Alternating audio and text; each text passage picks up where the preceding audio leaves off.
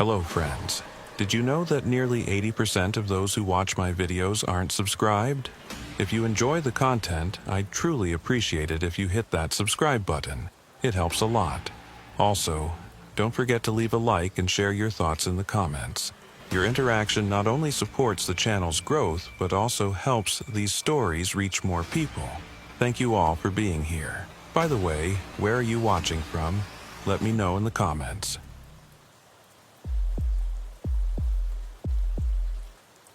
The night shift in the French Quarter always carries a different weight.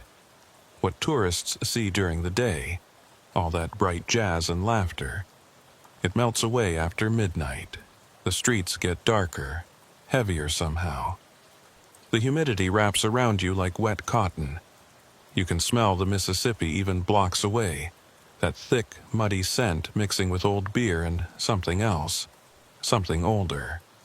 I'm Marcus LaRue. Been with NOPD going on 7 years now.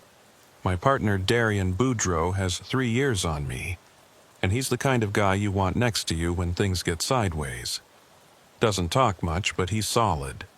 That Tuesday night, November 15th, we drew Royal Street and the surrounding blocks for our patrol route. Quiet night coming, Darian said as he slid behind the wheel. Middle of the week, not even a Saints game.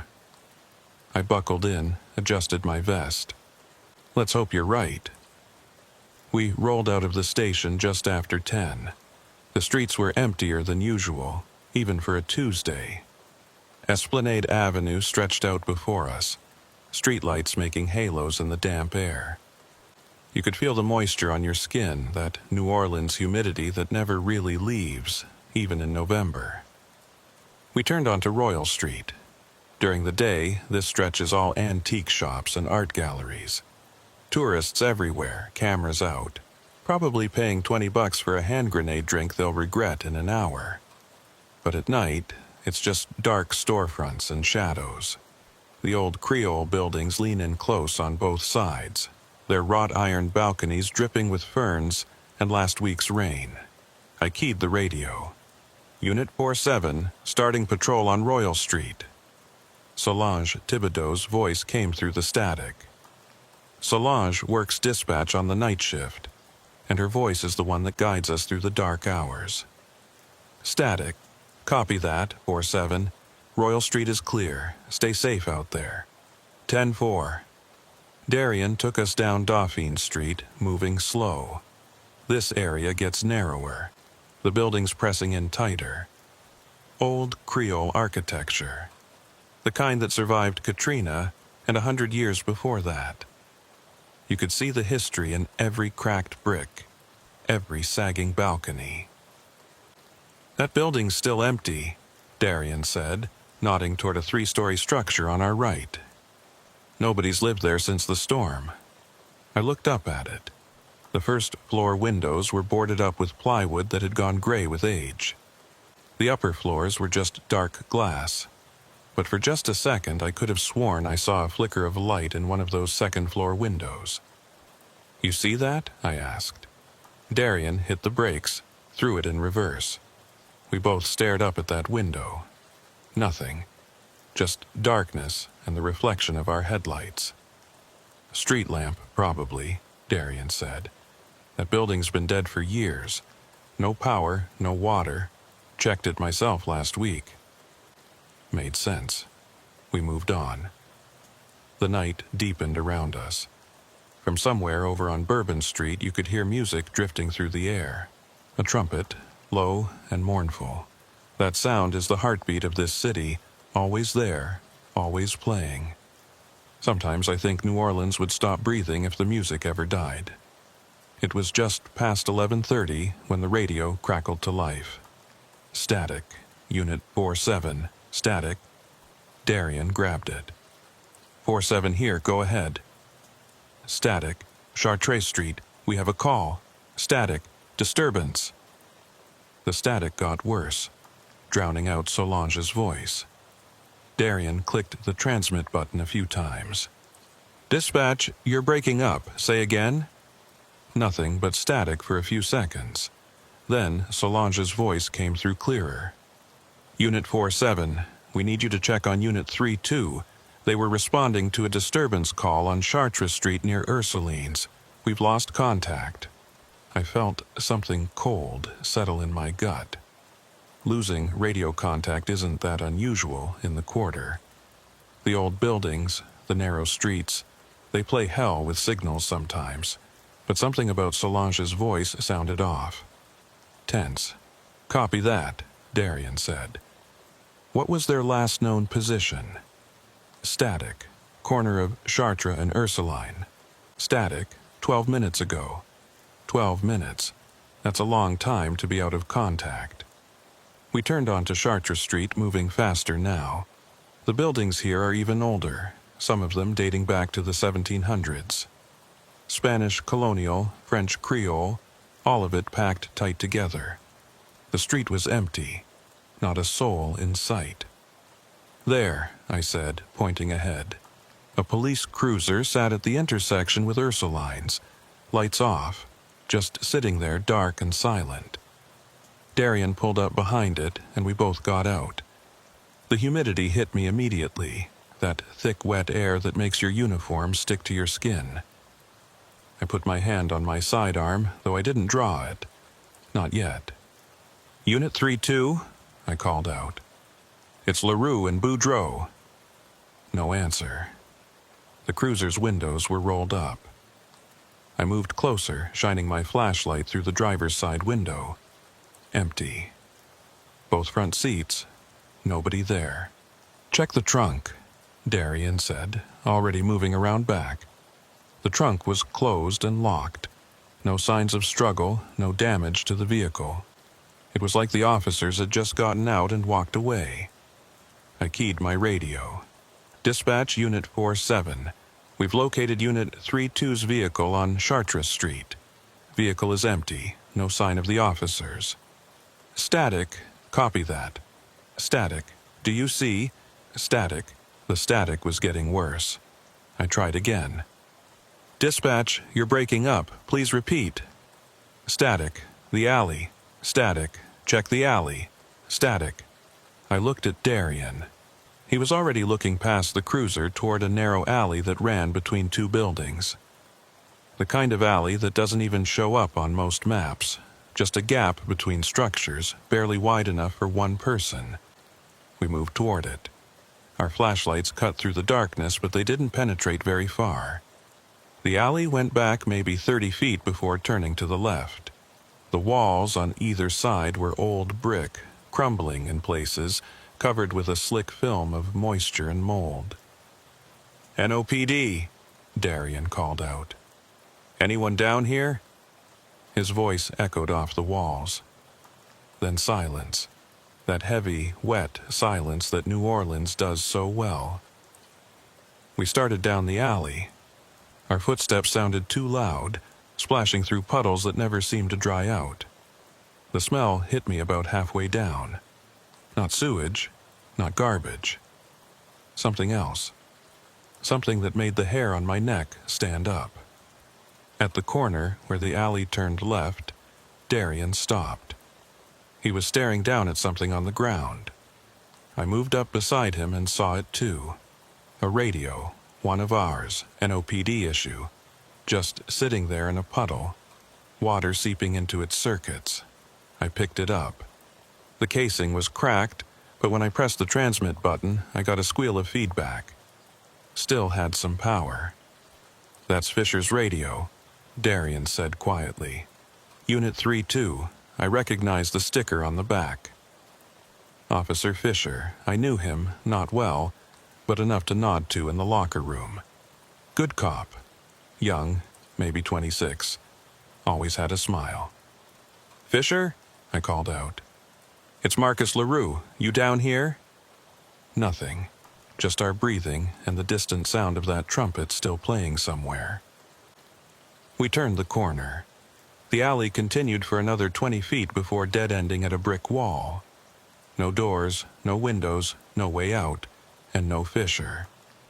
This doesn't make sense, I said. Where the hell did he go? Darian was shining his light up and down the walls. Fire escape, maybe? Could have climbed out, but there was no fire escape. No ladder, no handholds, nothing. Just smooth brick walls, slick with moisture, too high to climb without equipment. I keyed my radio. Dispatch, Unit 47. We found Officer Fisher's radio in an alley off Chartres. No sign of Fisher or his partner. We need additional units and a supervisor out here.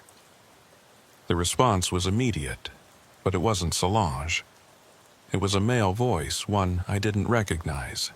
Static, negative on additional units. Static, return to patrol. I frowned. Dispatch, say again, we have missing officers. Static, return to patrol. Static. Then the radio went completely dead. Not just static, but total silence. I checked the battery, full charge. Signal indicator showed nothing. My radio's dead, I said. Darian checked his. Mine too. What the hell? We stood there in that alley for a moment, both of us thinking the same thing. This wasn't right. None of it was right. Let's get back to the car, Darian said. Use the mobile unit to call it in. We walked back down the alley, our flashlights creating long shadows on the walls. When we reached Chartres Street, I expected to see our cruiser right where we left it, maybe 10 yards away. It wasn't there. I blinked, trying to process what I was seeing, or rather what I wasn't seeing. The street was completely empty. No cruiser, no Unit 32's car either, just empty asphalt under the yellow glow of street lamps. Where's our car? I said, but it came out almost like a whisper. Darian didn't answer. He was turning in a slow circle, looking up and down the street. This is Chartres, right? Corner of Ursulines. I looked at the street signs. They were there, green and white, exactly where they should be. Chartres and Ursulines. We couldn't have gotten turned around, I said. We just walked straight back. But apparently we had. Or something had happened. Something I couldn't explain. Check your phone, Darian said. I pulled out my cell. No signal, not even one bar. Darian and Zia showed the same thing.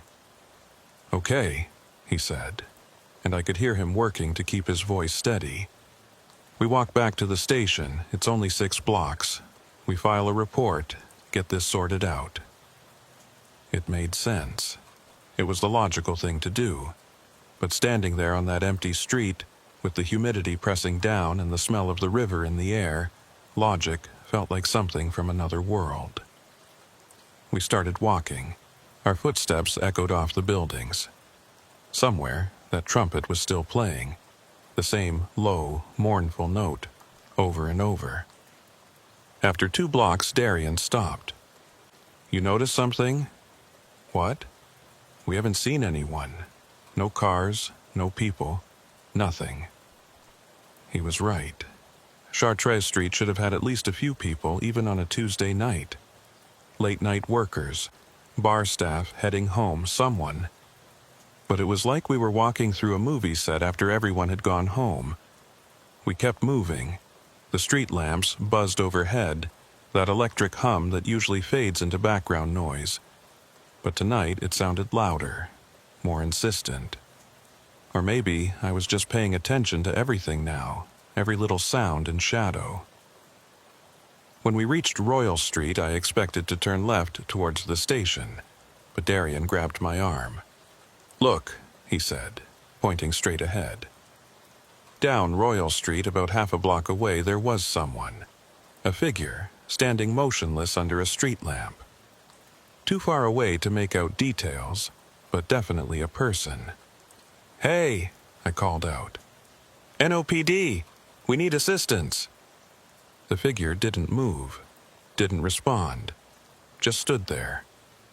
We started toward it, picking up our pace. But as we got closer, maybe 20 yards away, the figure turned. Not quickly, but with this slow, deliberate movement. Then it stepped off the sidewalk and into a side street, disappearing from view. Wait! Darian shouted, and we both broke into a run. We reached the side street in seconds. It was one of those narrow passages between buildings, not quite an alley, but not a full street either. Our flashlights cut into the darkness. Empty. Nobody there. "Did you see where they went?" I asked. Darian shook his head. "They were just there. They couldn't have gotten far." But they were gone.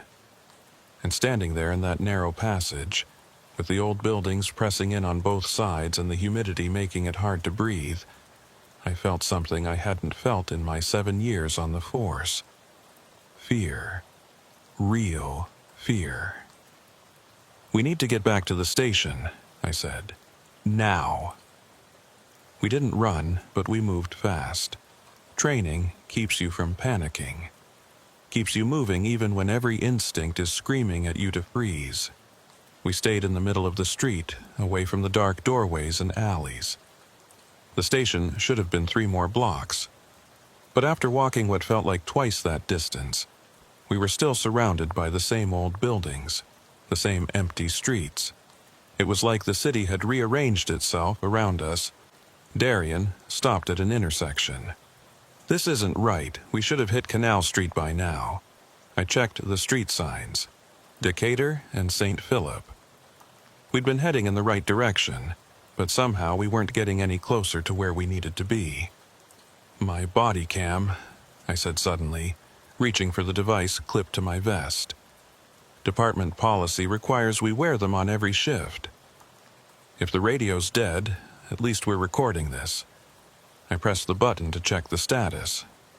The little screen lit up, showing the time and date. But something was wrong with the time. It read 03:11 a.m. "That can't be right," I said. It was just after midnight when we found Fisher's radio. Darian checked his watch. It showed 12:47 a.m. I looked at the body cam screen again, still showing 03:11. Then, as I watched, the display flickered, went black for a second.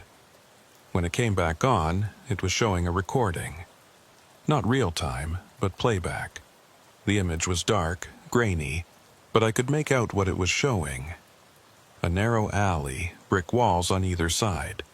The same alley where we'd found Fisher's radio. "Is that your camera?" Darian asked, leaning in to see. "I don't know. I didn't record anything there. I didn't even turn it on." But the video kept playing. The camera's point of view was moving forward down the alley, the same path we'd taken. Then it reached the corner, and I saw something that made my blood freeze.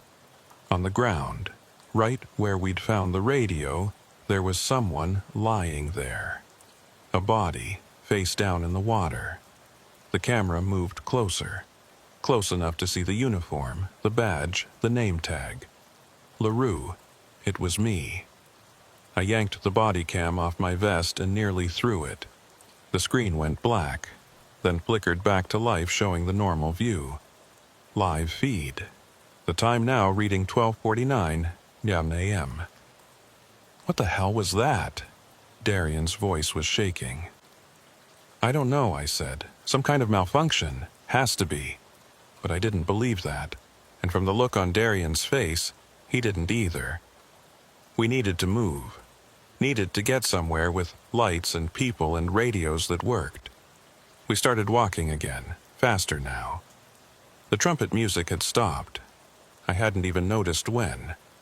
Now there was only the sound of our footsteps and the electric buzz of the street lamps.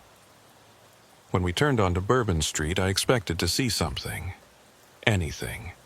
This was Bourbon Street. It never completely died. But it was empty. Every bar dark, every door closed. No music, no voices, nothing. "This is wrong," Darian said. "This is all wrong." We were almost jogging now. Past Lafitte's, past the old Absinthe House, past a dozen other landmarks that sat dark and silent. It felt like we were the only 2 people left in the world. Then I heard it. A voice, crackling through the dead radio on my belt. "Static, Unit 47, static. Do you copy? Static."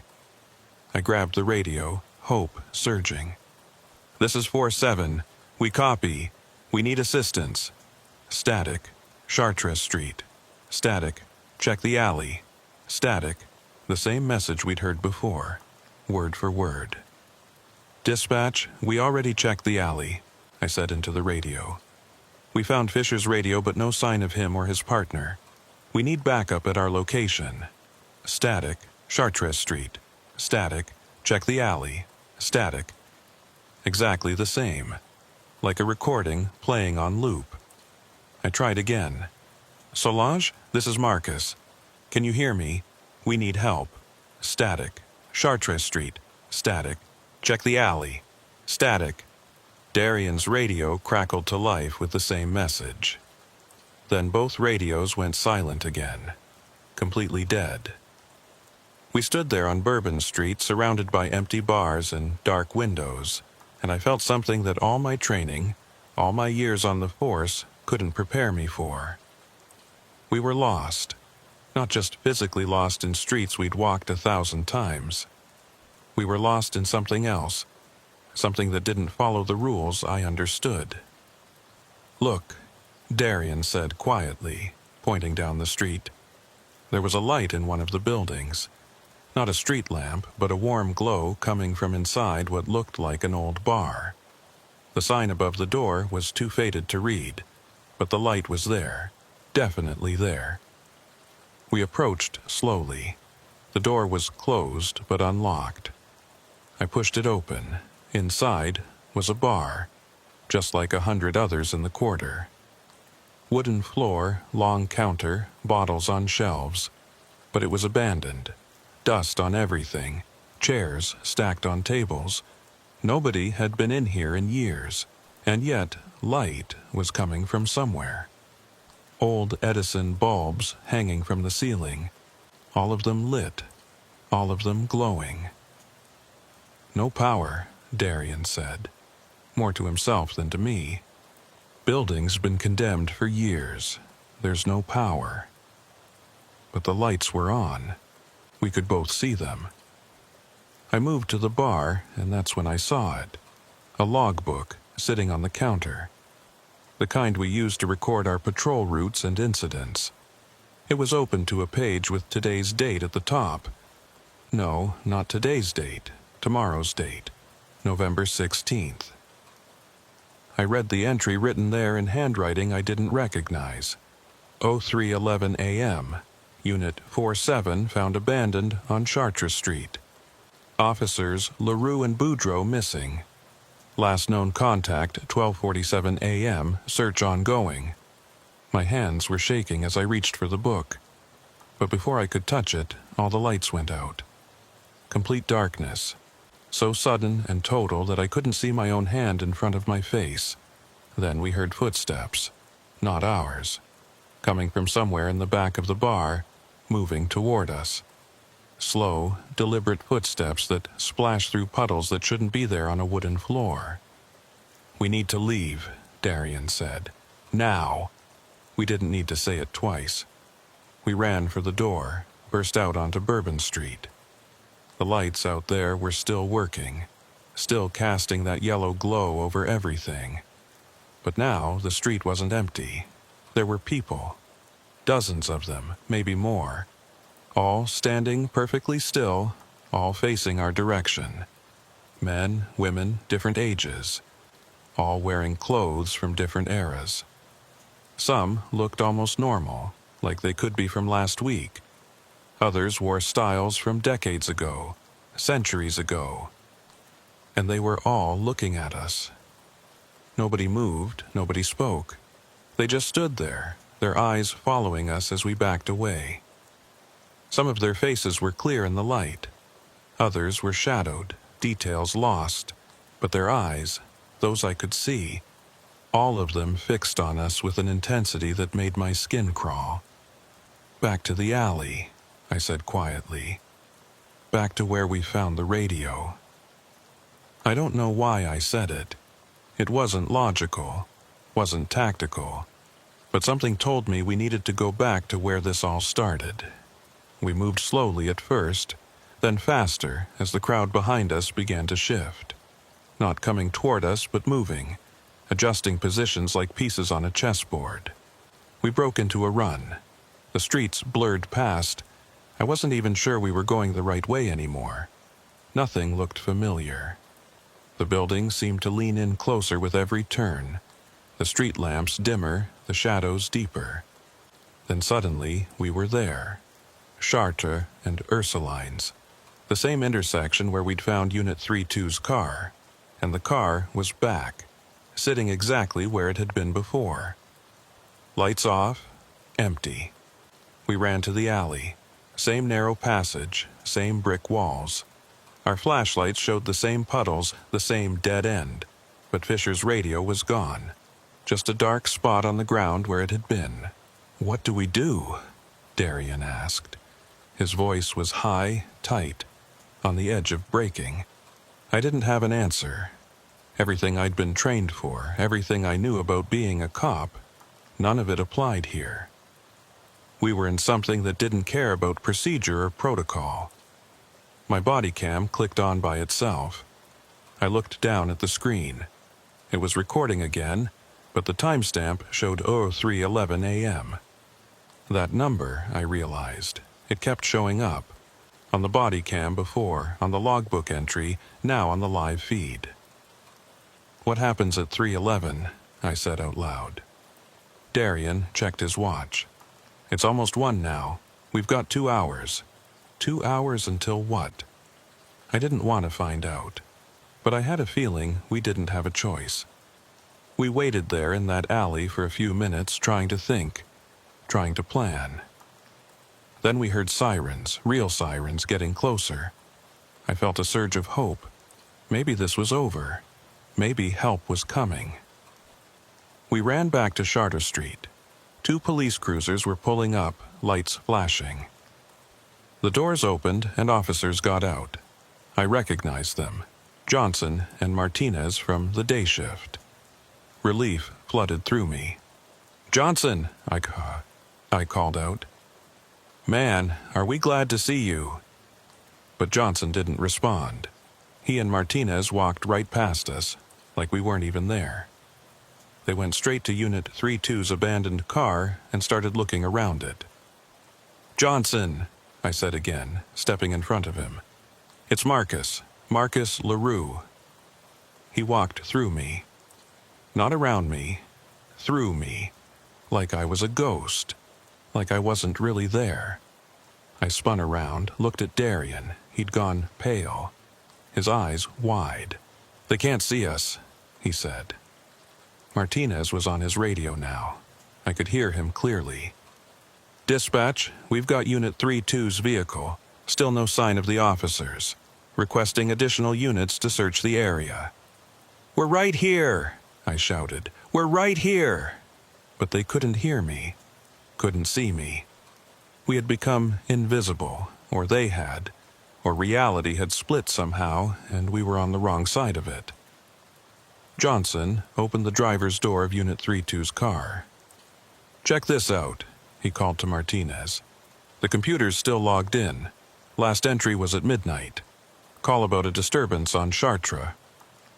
I watched them work the scene, calling for backup, photographing the vehicle, searching the area. All standard procedure. All completely useless because they were looking in the wrong place. Or maybe the wrong time. Then I noticed something. In the window of a building across the street, there was a reflection. Not of Chartres Street as it was now, with Johnson and Martinez and their cruisers, but of Chartres Street as it had been. Empty and dark. And in that reflection, I could see 2 figures standing in the middle of the road. Darian and me, watching ourselves be invisible. "The body cam," Darian said suddenly. "If it's recording, there'll be footage. Evidence that we were here." I looked down at the device. Still recording, still showing 03:11 a.m. on the timestamp. Hours ahead of real time, if real time even existed anymore. More sirens, more cruisers arriving. I saw Lieutenant Graves get out, the night shift supervisor. He was talking to Johnson, taking charge of the scene. They were all so focused, so professional, doing their jobs exactly right, and it wouldn't matter at all. "We need to move," I said. "We're wasting time here." "Time to do what?" Darian asked. "Where do we go?" I didn't know, but standing there watching our fellow officers search for us while we stood invisible in front of them, that wasn't going to help. We walked, not sure where we were going, just moving. The French Quarter stretched out around us, familiar and foreign at the same time. Every street was one I'd walked 100 times before. Every building was one I knew. But it all felt wrong now, like a copy of the real thing that was just slightly off. We passed Jackson Square. The cathedral loomed dark against the night sky. The fence around the square was locked, the gates chained. But as we walked by, I could see movement inside. Shadows moving across the grass, dozens of them, maybe hundreds, all walking in the same slow circle around the statue in the center. "Don't look at them," Darian said, his voice barely above a whisper. But I couldn't help it. The shadows were people, or had been people. Some of them wore modern clothes. Others wore styles from another era. All of them walked that same slow circle, round and round, their feet never quite touching the ground. We kept moving. At some point the sun should have started to rise. Dawn should have broken. But the night just continued, stretching on and on. My watch said it was 2:30 a.m. Still, over half an hour until that time. 03:11. That kept appearing. We found ourselves back on Royal Street, the same route we'd started with, back when this was just another Tuesday night patrol, back when the world made sense. Darian stopped suddenly. "The building," he said. "The one I said was empty." I looked up. The 3-story structure with the boarded windows. We'd seen something there at the start of the shift, a flicker of light, and now I could see it again, clearer this time. Second floor, a window with light behind it. "Nobody lives there," Darian said. "Nobody can live there." But the light was there. And standing in that window I could see a silhouette. A person, or something shaped like one, standing perfectly still. My body cam clicked. I looked down. The screen had changed. It was showing playback again, not live feed. The video was shaky like someone running. The timestamp showed 03:09 a.m., 2 minutes before that time. The camera was moving through an alley, the same alley where we'd found Fisher's radio. Then it turned a corner, and I saw something that made my heart stop. There were bodies, dozens of them, lying in the puddles, all wearing NOPD uniforms, all face down. The camera moved among them, and I could see name tags. Fisher, his partner Dalton, others I didn't recognize.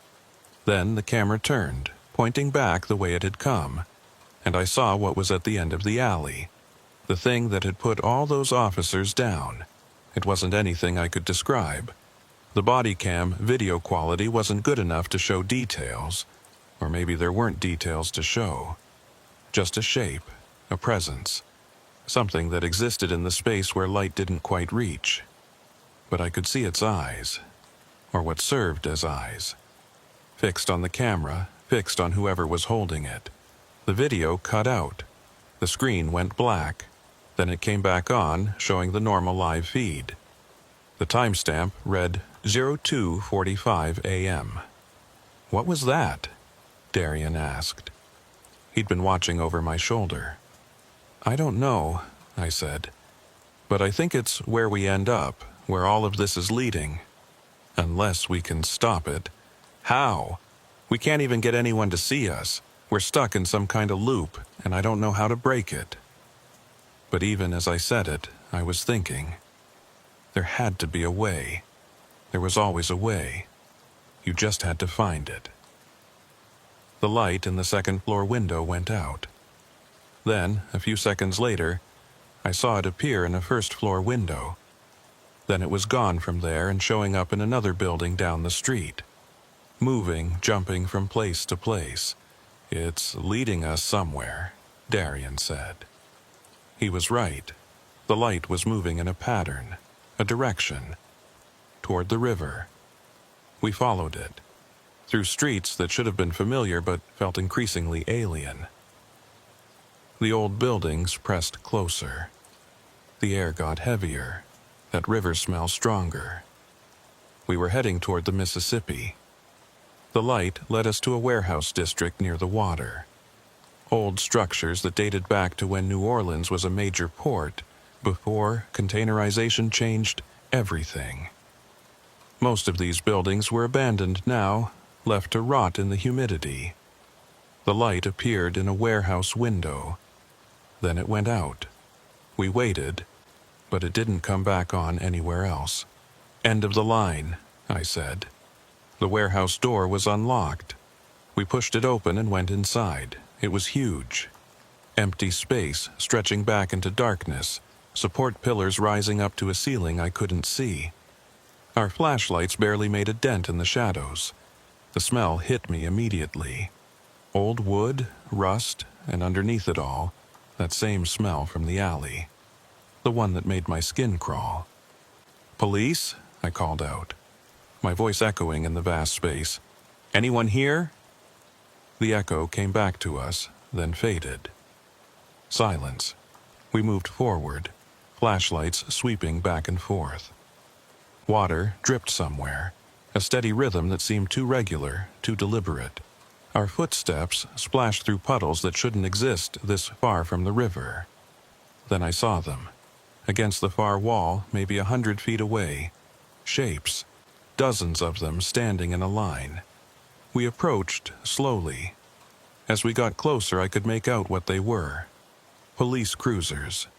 All NOPD, all arranged in a perfect row. The headlights were on, all of them, creating a wall of light that was almost blinding.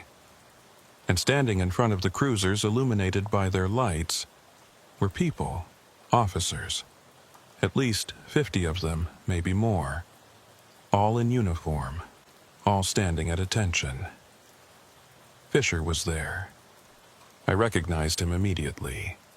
And his partner Dalton. Others, too. Some I knew by sight, others I'd never seen before.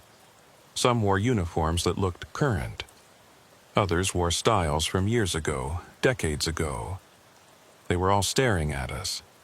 Nobody moved, nobody spoke, just watched with eyes that caught the headlight glare and reflected it back. I checked my watch, 03:10 a.m., 1 minute until that time. "Marcus," Darian said quietly, "we need to leave right now." But I couldn't move. I was transfixed by those officers, by their faces that showed no emotion, no recognition. They knew something we didn't. They had seen something we were about to see. My body cam clicked on. I looked down. The screen showed 03:11 a.m., the timestamp I'd been seeing all night. It was happening now. The officers in front of the cruisers moved. All at once, all in perfect synchronization, they turned 90 degrees to their left. Then they began to walk. Not toward us, but in a line, moving along the wall of the warehouse. A slow, steady march. As they walked, they faded. Not all at once, but gradually. After 10 steps, they were translucent. After 20, they were barely visible. After 30, they were gone completely. New officers took their place. Emerging from the darkness behind the cruisers, moving into position, standing at attention. And I recognized them too. Unit 3-2, the officers we'd been sent to find. They came walking out of the shadows, faces blank, eyes forward. They took their positions in line with the others and stopped, stood still, became part of the formation. Then I saw who was behind them. 2 more officers walking in step, and even before they reached the light, even before I could make out their faces clearly, I knew who they were. One of them was me. The other was Darien. We watched ourselves walk into position, watched ourselves stand at attention with all the others. Our faces showed nothing. No fear, no confusion. Just empty compliance. "No," Darien said. "No, that's not... We're here. We're right here." But the versions of us standing in formation didn't react. Didn't even seem to know we existed. My watch beeped. 03:11 a.m. exactly. The warehouse lights came on. Not the headlights of the cruisers, but the overhead lights of the warehouse itself. Sodium vapor lamps, the kind that take a minute to warm up, flickering to life one by one. And in their light, I could see what was at the center of the warehouse, what all those officers were facing. It was an alley, impossible, but there it was. A narrow passage between brick walls, exactly like the one where we'd found Fisher's radio. It sat in the middle of the warehouse floor like a stage set, but it went back farther than should be possible. The walls extended into a darkness that the warehouse lights couldn't penetrate. From that darkness, something was moving. Coming forward, taking its time. I wanted to run. Every nerve in my body was screaming at me to turn and run. But I couldn't move. Neither could Darien. We just stood there watching it approach. It was shaped like a person, roughly. 2 arms, 2 legs, a head. But the proportions were wrong. The movements were wrong. It walked with a gait that didn't match any living thing I'd ever seen. As it got closer, I could see its uniform. NOPD issue, just like mine. But old, weathered, rotting. The badge was tarnished. The name tag was too faded to read. It stopped at the mouth of the alley, stood there swaying slightly. Then its head turned, scanning the rows of officers standing at attention, looking for something, or someone. My body cam clicked. The screen showed static for a moment, then cleared. It was recording everything. The figure from the alley raised one arm, pointed at the formation of officers. Its finger moved along the line like it was counting, selecting. When its finger stopped, it was pointing at the 2 figures at the end of the line, the ones that looked like Darien and me. Those 2 figures began to walk. Moving in perfect unison, they approached the alley, approached that thing standing at its entrance. They showed no hesitation, no fear. They just walked. When they reached the figure, it stepped aside, gestured them forward into the alley, into that darkness. They went. Without looking back, without pausing, they walked into that darkness and were gone. The figure turned its head. It was looking at us now, the real us, standing there in the warehouse. I could feel its gaze, even though I couldn't make out any eyes. It raised its arm again, pointed directly at us. "Run," I said. We ran, back toward the warehouse door, our footsteps echoing, our breath coming in gasps. Behind us I could hear something else. More footsteps. Dozens of them. The sound of that entire formation of officers moving in unison. We burst through the door and into the night. The street outside was no longer empty. There were cruisers everywhere, lights flashing, officers standing around talking on radios, the normal chaos of a crime scene. Except they still couldn't see us. We ran right through the middle of them and they didn't react. "The alley!" Darien shouted. "We have to get back to the original alley."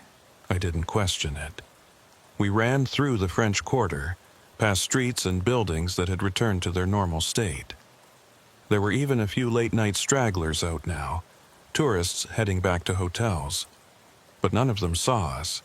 We reached Chartres Street. The alley where this had all started was still there, still dark and narrow. We plunged into it without slowing down. And the moment we crossed the threshold, everything changed. The sounds of the city came rushing back. Sirens, voices, radio chatter. I could feel my phone vibrating in my pocket, multiple missed calls. My radio crackled to life with normal traffic. Darian grabbed my arm. "Can you hear that?" I could, all of it. The normal sounds of a normal night in New Orleans. We walked out of the alley. Lieutenant Graves was standing there directing officers. When he saw us, his eyes went wide. "LaRue? Boudreaux? Where the hell have you been?" I opened my mouth to answer, but nothing came out. What could I say? How could I explain? "We," Darian started, then stopped. We got turned around. "Lost radio contact." Graves looked at us like we were crazy. "Lost contact? You've been gone for 4 minutes. We just got here." I checked my watch. 12:51 a.m. 4 minutes since we'd entered the alley to look for Fisher's radio. But that was impossible. We'd been gone for hours. We'd seen things, been to places. The warehouse, the officers, all of it. "Your body cam," Graves said, pointing at my vest. "It's recording. Let me see the footage." With shaking hands, I removed the camera and handed it over. Graves pressed the playback button. The screen showed static for a moment. Then it cleared, showing footage of the alley. Just the alley, normal and empty. 4 minutes of us walking around looking for something that wasn't there. No strange timestamp, no bodies, no future vision.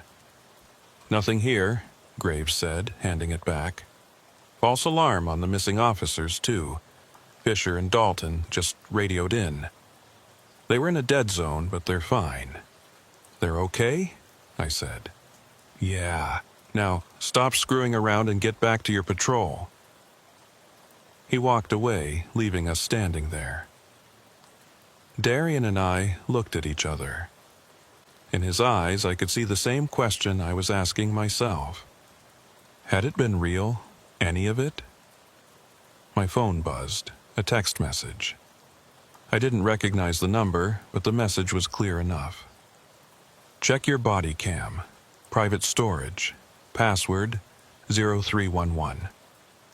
I looked at the body cam, entered the password into the settings menu. A hidden folder appeared, one I didn't know existed. Inside was a video file. Timestamp 03:11 a.m. November 16th. Tomorrow. I played it, the warehouse. The officers, the alley, the figure, all of it captured in perfect detail. Everything we'd experienced, everything we'd seen.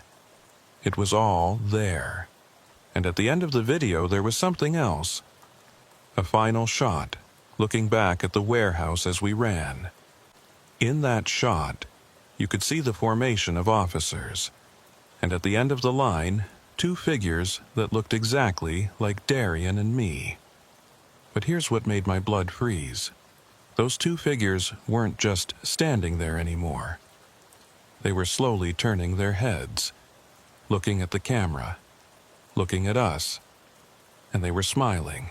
I deleted the video, deleted the entire folder, but I knew it wouldn't matter. It would come back. These things always come back. Darian and I returned to our patrol, finished the shift without incident, wrote a report that contained nothing but lies and omissions. What else could we do?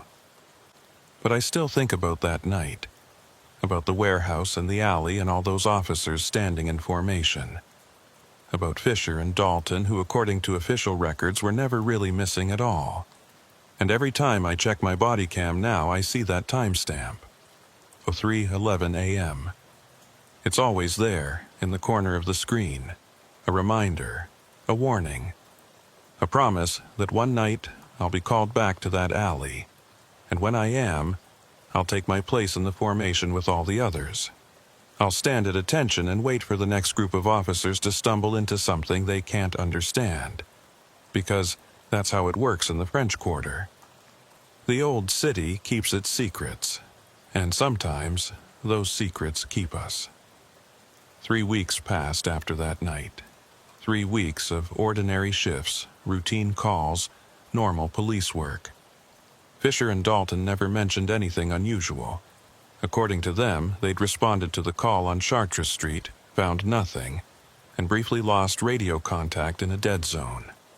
Standard stuff. Darian and I never talked about what we'd seen. Not directly. But sometimes I'd catch him staring at his watch when it got close to 3:11, morning or afternoon. He'd look at me, and I'd look back, and we'd both know what the other was thinking. The body cam files stayed deleted. But every time I checked, that hidden folder was there. Empty, but present. Like it was waiting. I started having dreams. Always the same. Walking through the French Quarter at night, following a light that moved from window to window. Always ending at that warehouse by the river. Always seeing that formation of officers. Always waking up just as that figure from the alley pointed at me. Work became a way to not think about it. I took extra shifts, volunteered for details. Anything to stay busy, to keep my mind occupied with problems that had solutions. It was during one of those extra shifts, a Thursday night in early December, when things started again. I was solo that night.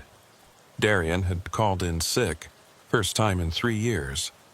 My temporary partner was a rookie named Collins, fresh out of the academy, eager, professional, and completely unaware of anything beyond the manual.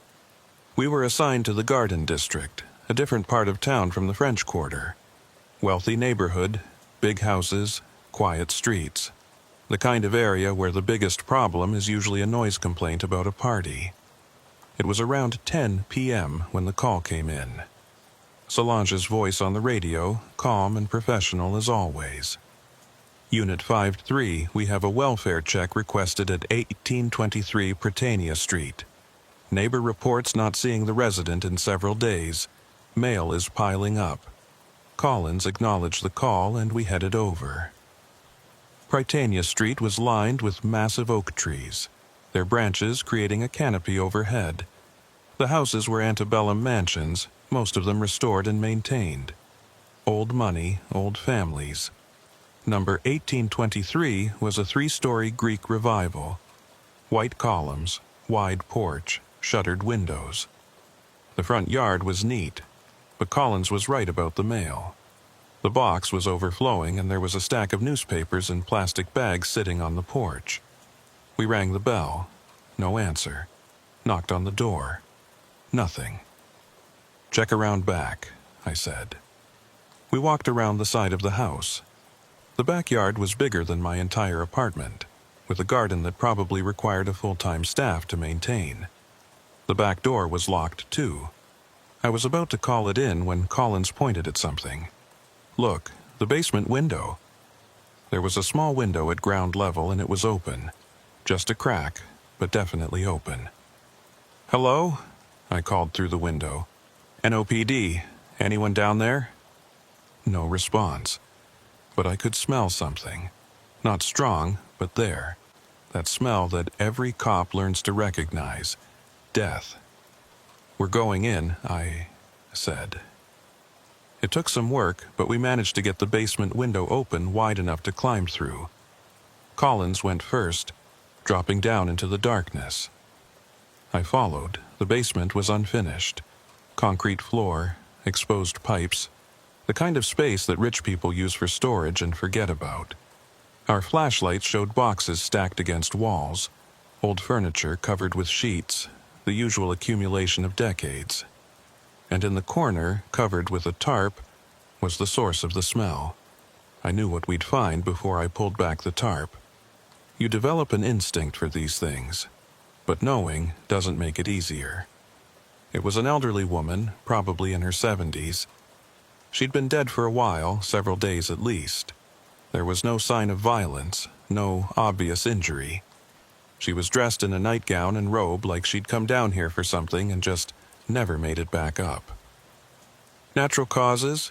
Collins asked. He was trying to sound professional, but I could hear the shake in his voice. Probably his first body. "Looks like it," I said. "But we'll let the coroner make that call. Come on, let's call it in." We climbed back out of the basement and I radioed it in. Within 20 minutes, the whole parade had arrived. Coroner's van, crime scene techs, a detective, the works. The detective was someone I knew. Yvette Marchand worked homicide for 15 years. Sharp as they come. "LaRue," she said, by way of greeting. "What do we have?" I walked her through it. The welfare check, the open window, the body in the basement. "Probably a medical emergency," I said. "Came down to the basement for something, collapsed. Nobody to find her." Marchand nodded, making notes. "Family?" "Don't know yet. We were just responding to the call." She was about to say something else when one of the techs called out from the basement window. "Detective, you need to see this." We all gathered around as the tech climbed out, holding an evidence bag. Inside was a notebook, old and water-damaged. "Found it next to the body," the tech said. "Looks like she was writing in it when she died." Marchand opened the bag carefully and pulled out the notebook. The last entry was dated 4 days ago. The handwriting was shaky, some of the words barely legible. "Can you read it?" I asked. Marchand held it up to her flashlight. "Says, they're here again. The officers, same ones as before. They keep asking me to come with them. I know I should. I've kept them waiting too long. Tonight at 3:11, I'll go. It's time." A chill ran down my spine. Collins looked confused, but Marchand's face had gone pale. "The officers?" Collins said. "What officers?" "Probably confusion," Marchand said, but she didn't sound convinced. "End of life, people hallucinate, see things."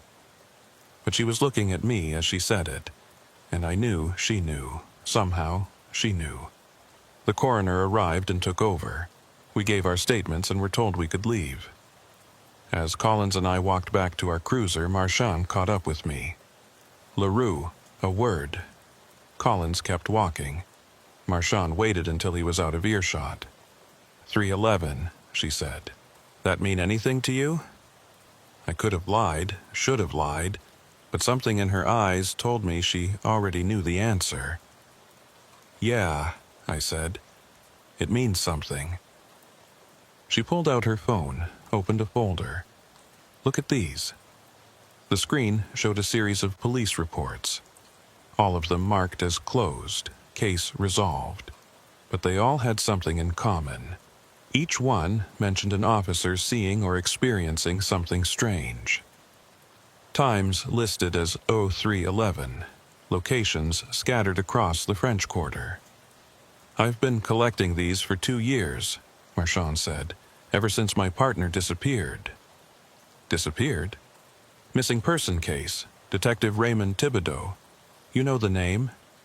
I did, not personally, but everyone in the department knew the story. Thibodeau had vanished 5 years ago while investigating a cold case. Just never came home one night. His car was found parked on Chartres Street. No signs of struggle, no explanation. The case was still open. "Solange's brother," I said. Marchand nodded. "She doesn't talk about it. But I worked with Ray. We were partners for 3 years, and the night he vanished, he called me. Said he'd found something. Something about officers going missing over the past century. A pattern." "What kind of pattern?" "He didn't get to explain. The call cut out. I tried calling back, no answer. I drove to his location, but all I found was his car. And this." She showed me another photo, a notebook, different from the one we'd just found, but similar. The last entry read, "The formation. They're all there, waiting. 03:11. I understand now." "You think they're connected?" I asked.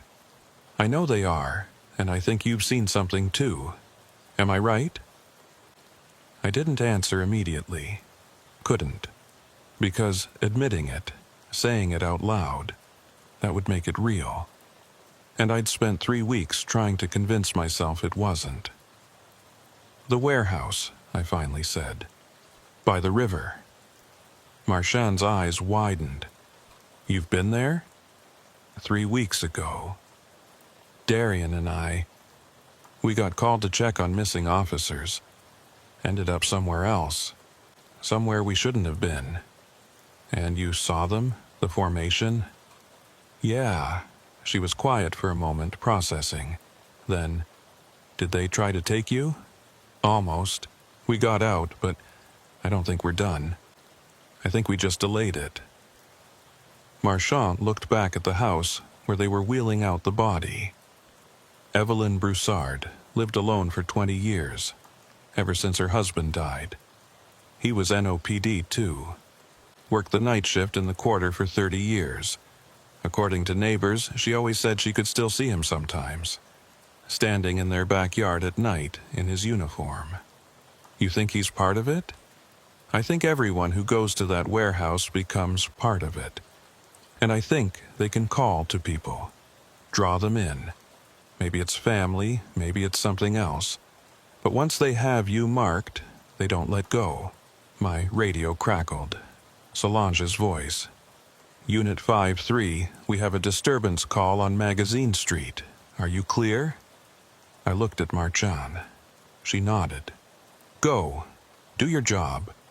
But Marcus, be careful, especially around 311. I got back in the cruiser with Collins. He was reading through his notes, preparing his report. Clean, simple, straightforward. A welfare check that ended with a natural death. No mysteries. No questions. I envied him that simplicity. We drove to Magazine Street. The disturbance was nothing.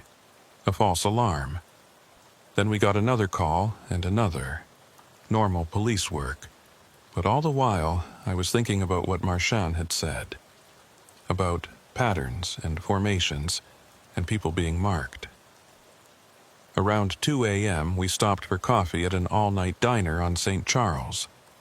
Collins went inside while I stayed with the car. The street was quiet, just a few cars passing by. The streetcar tracks gleamed under the lights. That's when I saw him, standing across the street next to a bus stop, wearing an NOPD uniform. Darian. But Darian had called in sick. He was home in bed. I got out of the car. "Darian!" The figure didn't respond, just stood there perfectly still. I started across the street. A car passed, headlights sweeping across the bus stop. When they cleared, the figure was gone. I stood there on the empty sidewalk, heart pounding. Pulled out my phone and called Darian's number. He answered on the third ring, voice thick with sleep. "Marcus, it's 2 a.m. Where are you?" "What? I'm home, in bed. Where else would I be? You're sick?" "Yeah. Caught something. Why?" I looked back at the empty bus stop. "No reason. Feel better." I hung up. Collins came out of the diner with 2 cups of coffee. "Everything okay?" he asked. "Yeah. Just thought I saw someone I knew." We got back in the car. As we drove away, I checked the rearview mirror. The figure was back at the bus stop, watching us leave. The rest of the shift passed without incident. We dropped the car off at the station at 6 a.m. Collins headed home. I stayed to finish paperwork. The station was quiet at that hour. Just a few people coming and going. I was in the report room when Marchand found me. "I've been going through Raymond's old files," she said. "The ones he was reviewing before he vanished. Found something." She spread a folder on the table. Inside were old reports, some of them going back decades. All of them involved officers reporting strange incidents in the French Quarter. Disappearances, lost time, encounters with figures in uniform. "Look at the dates," Marchand said. I scanned through them. Different months, different years, but they all had something in common. They all happened on the 16th of the month. The 16th, I said. That's today. And look at this. She pulled out a map of the French Quarter. Red pins marked locations mentioned in the reports. Chartres Street, Royal Street, Decatur, the warehouse district. But there was a pattern. When you connected the pins, they formed a shape, a path leading from the heart of the quarter down to the river. It's a route, I said. A patrol route, Marchand corrected. The same route that's been walked for over 100 years. And every officer who walks it on the 16th, every officer who's there at 3:11. She didn't finish. She didn't need to. You're saying it's a cycle. It repeats. Every month, on the 16th, and the officers who are taken, they become part of the mechanism. They help recruit the next ones. Why? I don't know. Raymond was trying to figure that out when he vanished. My phone buzzed. A text from Darian. Feeling better, coming in for the night shift. I showed it to Marchand. She frowned. He's marked too? We both are. We saw the formation together. Then you need to be careful tonight, both of you. Stay away from the quarter. Stay away from that route. And if we can't, if we get assigned there. She didn't have an answer for that. I went home and tried to sleep, but couldn't. Kept thinking about that figure at the bus stop, about the formation in the warehouse, about all those officers, standing at attention, waiting. At 8 p.m. I reported for duty. Darian was already there, looking better. The sickness had passed. "How you feeling?" I asked. "Good. Whatever it was, it's gone." We checked out our equipment, got our assignment from the duty sergeant. "Leroux, Boudreaux, you've got the French Quarter tonight, Royal Street and vicinity." My blood went cold. "Can we get a different route?" The sergeant looked at me like I'd grown a second head. "Why? We work the quarter a lot lately. Thought we could switch it up." "Request denied. You know the area, you're good at it. Now get out there." We had no choice. We took the keys to Unit 47 and headed out. The night was warm for December. Heavy clouds overhead, threatening rain but not delivering. The French Quarter was busy, tourists everywhere. Thursday night meant music and drinking and all the usual chaos. We started our patrol on Royal Street. Everything seemed normal. We responded to a few calls, nothing serious. Noise complaints, public intoxication, standard stuff. But I couldn't shake the feeling that something was building. Every time I checked my watch, I was calculating. How long until 3:11? What would happen when we reached that time? Around midnight, the streets started to empty. The tourists headed back to their hotels. The bars began to close. That's when the quarter shows its real face. Old, dark, full of secrets. We turned onto Chartres Street, same route as before. Same buildings, same shadows. "You feel it?" Darian asked quietly. "Yeah." "What do we do?" "Our job, stay alert, stay together." But even as I said it, I knew it wouldn't matter. We'd been marked, and the quarter doesn't let go of what it marks. At 1:30 a.m., the radio crackled. Solange's voice, but different somehow. Strained. "Unit 47, we have a report of an officer down. Decatur Street near the French Market." "Which unit?" I asked. "Static. Unknown." "Static. Please respond." We turned onto Decatur, moving fast. The French Market was closed, the stalls shuttered. Streetlights cast long shadows between the columns. We found a cruiser parked near the market entrance. Lights off, engine running. Nobody inside. "Unit 47, we're on scene," I radioed. "No sign of the officer. Vehicle is empty." No response. Just static. Darian and I got out. Checked the cruiser. The computer was still logged in, showing a routine patrol status. No emergency, no pursuit, just empty. "You hear that?" Darian said. I listened. From somewhere in the market, footsteps. Slow, deliberate, coming closer. We moved toward the sound, hands on our weapons. The market stalls loomed on either side, shadows between them deeper than they should be. A figure emerged from the darkness. Uniformed officer walking toward us with that same strange gait I'd seen before.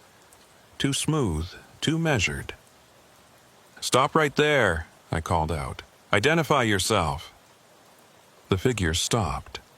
In the dim light, I could see their face. Officer Raymond Thibodeau. Marchand's old partner. The detective who'd vanished 5 years ago.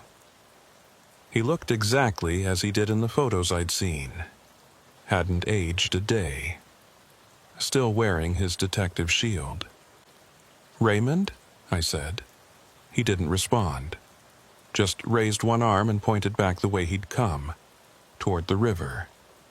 More figures emerged from the market, dozens of them, all in uniform, all walking in formation. I recognized some of them from the reports Marchand had shown me. Officers who'd gone missing over the years. All of them here now, all of them part of this. "We need to go," Darian said. "Now." But when we turned back toward our cruiser, there were more of them. Behind us, beside us, forming a circle, not threatening, not advancing, just standing there, waiting. I checked my watch, 3:09 a.m. 2 minutes. "The warehouse," I said. "That's where they're taking us. Then we don't go." I don't think we have a choice. The formation began to move, all of them in perfect synchronization, walking toward the river, creating a path between them, an invitation, or a command.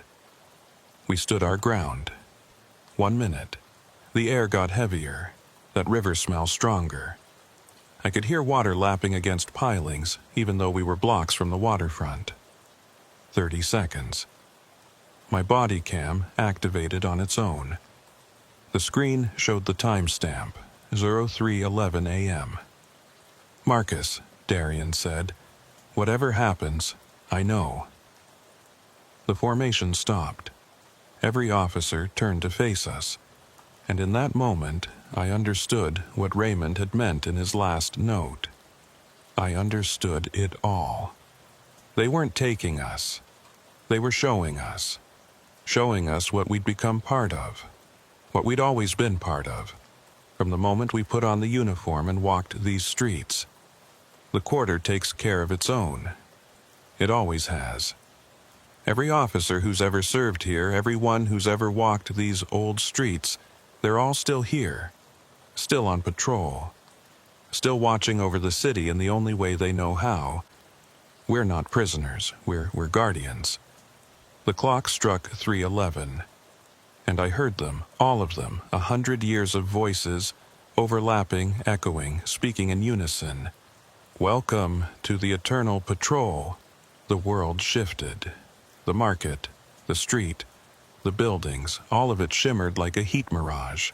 Then it solidified again, but different, clearer. I could see layers now, the modern city overlapping with older versions, the quarter as it was 100 years ago, 50 years ago, yesterday, and walking through all of it, throughout all of time, the formation. Officers in every era of uniform, from every decade of the department's history, all of them on patrol, all of them watching. Darian saw it too. I could tell from his face. "We're not gone," he said, wonder in his voice. "We're just somewhere else." The formation began to march. Not away from us this time, but past us, each officer nodding as they went by. Acknowledgement. Recognition. Welcome. Raymond stopped in front of us. Up close, I could see that he wasn't quite solid. None of them were. They existed in that same shimmering state as everything else, between real and not real. between here and somewhere else. You have a choice, he said. His voice sounded like it was coming from far away. You can join us now. Take your place in the formation. Walk the eternal patrol.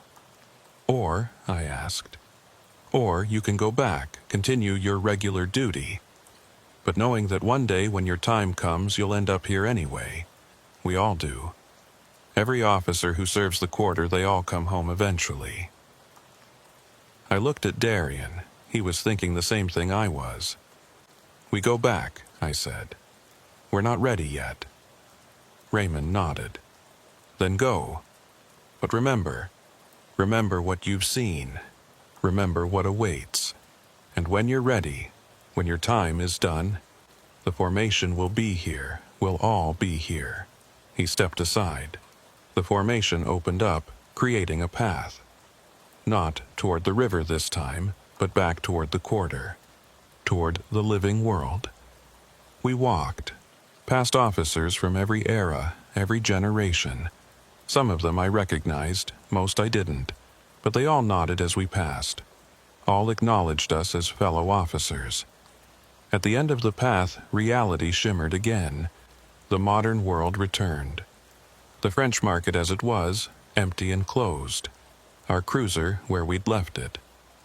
My watch showed 3:12 a.m. 1 minute had passed. Darian and I stood there for a moment, not speaking. Then he keyed the radio. Unit 47 to dispatch. False alarm on the officer down call. Resuming patrol. Solange's voice came back, normal again. Copy that, 47.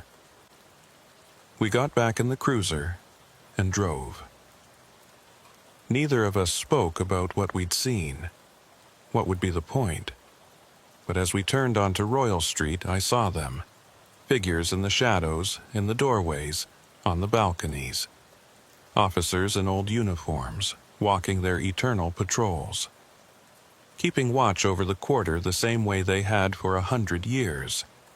And I understood. This was the truth that every long-time officer in the quarter knew, but never spoke about. The unwritten rule, the hidden reality. We don't just serve the city, we become part of it. Our service doesn't end with retirement or death. It continues in ways we never expected. The rest of the shift was quiet. We finished our patrol and returned to the station at 6 a.m. Everything normal, everything routine. Marchand was waiting for us. She took one look at our faces and knew. You saw him, she said. Raymond. Yeah, I said. He's still on patrol. She smiled, but it was sad. I know. I've seen him too. Sometimes, late at night, walking his old route. He looks happy. Are you Mark too? We all are. Everyone who works the quarter long enough. We're all part of it now. She was right. I could feel it. That connection to the old streets, to the ancient buildings, to all the officers who'd walked this beat before me. It was like a second heartbeat, steady and constant. I went home and slept for 12 hours. When I woke up, I checked my body cam. The hidden folder was back. Inside was new footage from last night. Everything we'd seen, everything we'd experienced, all of it recorded. But at the end of the video there was something new, the formation, marching in the distance. And in the front row, 2 empty spaces, side by side, waiting for the day when Darian and I would take our places. I didn't delete the footage this time, just closed the folder and put the camera away, because Marchand was right. We're all part of it now. And one day, when our time comes, we'll join the Eternal Patrol. But not yet. Not tonight. Tonight, I've got a shift to work, streets to patrol, people to protect, and somewhere in the shadows of the French Quarter, 100 years of officers are doing the same thing. All of us together, all of us connected. The thin blue line that never breaks, never ends. That's the truth of the quarter. That's the secret we all carry. And at 3:11 every morning, when the veil is thinnest, we can see each other. The living and the not quite dead. All of us on duty. All of us serving. Forever. It's been 6 months since that night at the French market. 6 months of normal shifts, routine calls, regular police work. But nothing feels completely normal anymore. I see them now, the formation. Not all the time, just glimpses. A figure in an old uniform standing on a corner at 3 a.m. Footsteps in an empty alley that match my own. Shadows that walk with the same cadence as a patrol officer. Darian sees them too. We don't talk about it much, but sometimes, when we're driving through the quarter late at night, he'll glance at something and I'll know he's seen one of them. One of us. The eternal patrol. The department thinks we're solid officers. Good solve rate, minimal complaints, always professional. They have no idea that we're walking between worlds, that we've seen what waits at the end of every cop's career in the French Quarter. Marchand left the force last month. Took early retirement. Said she wanted to spend more time with family, but I knew the truth. She'd seen Raymond too many times. The pull was getting stronger. Better to leave while she still could, while she still had a choice. The day she turned in her badge, she pulled me aside. "You're young enough that you could transfer," she said. "Get out of the quarter, work another district. Maybe that would break the connection." "You think so?" "No, but it might delay it, give you more time." I didn't transfer, neither did Darian. We're quarter cops now, and that's all there is to it. The old streets have claimed us. It was a Friday night in June when things escalated. Humidity was oppressive, the kind that makes your uniform stick to your skin and makes every breath feel like you're drowning. The forecast called for thunderstorms, but they hadn't materialized yet. Just the promise of rain, hanging in the air like a threat. We were assigned to the usual route, Royal Street and vicinity. By now, the duty sergeants knew better than to try giving us anywhere else. We knew the quarter. The quarter knew us. Around 11 p.m., we got a call from Solange. There was tension in her voice. Not unusual, given what she'd been through with her brother, but this was different. "Unit 47, we need you to respond to 728 Toulouse Street, apartment 3B. Neighbor reports sounds of a struggle." "Copy that," I said. En route. Toulouse Street was in the heart of the quarter. Old buildings, most of them converted into apartments. The kind of place where the walls are so thin you can hear your neighbors' conversations, which is probably how this call came in. Number 728 was a 3-story Creole townhouse. Cracked stucco, rusted balconies, the whole structure leaning slightly to one side like it had been doing for 200 years. We could hear music coming from somewhere inside. Jazz, naturally. A clarinet playing something slow and mournful. We climbed the stairs to the 3rd floor. The hallway was narrow, lit by a single flickering bulb. Apartment 3B was at the end. I knocked. "NOPD, open up." No response, but I could hear something inside. Movement. Then a voice, muffled. "Help, please." Darian and I exchanged a look. I tried the knob, locked. "Stand back from the door," I called out. Then to Darian, "We're going in." It took 2 kicks to break the lock. The door swung open and we entered, hands on our weapons. The apartment was small. One room serving as living room and bedroom, a tiny kitchen to the side, bathroom visible through another door. The furniture was minimal and old, but what caught my attention was the smell. Not death this time, but something else, something chemical, sweet and cloying. A woman was sitting in a chair in the center of the room.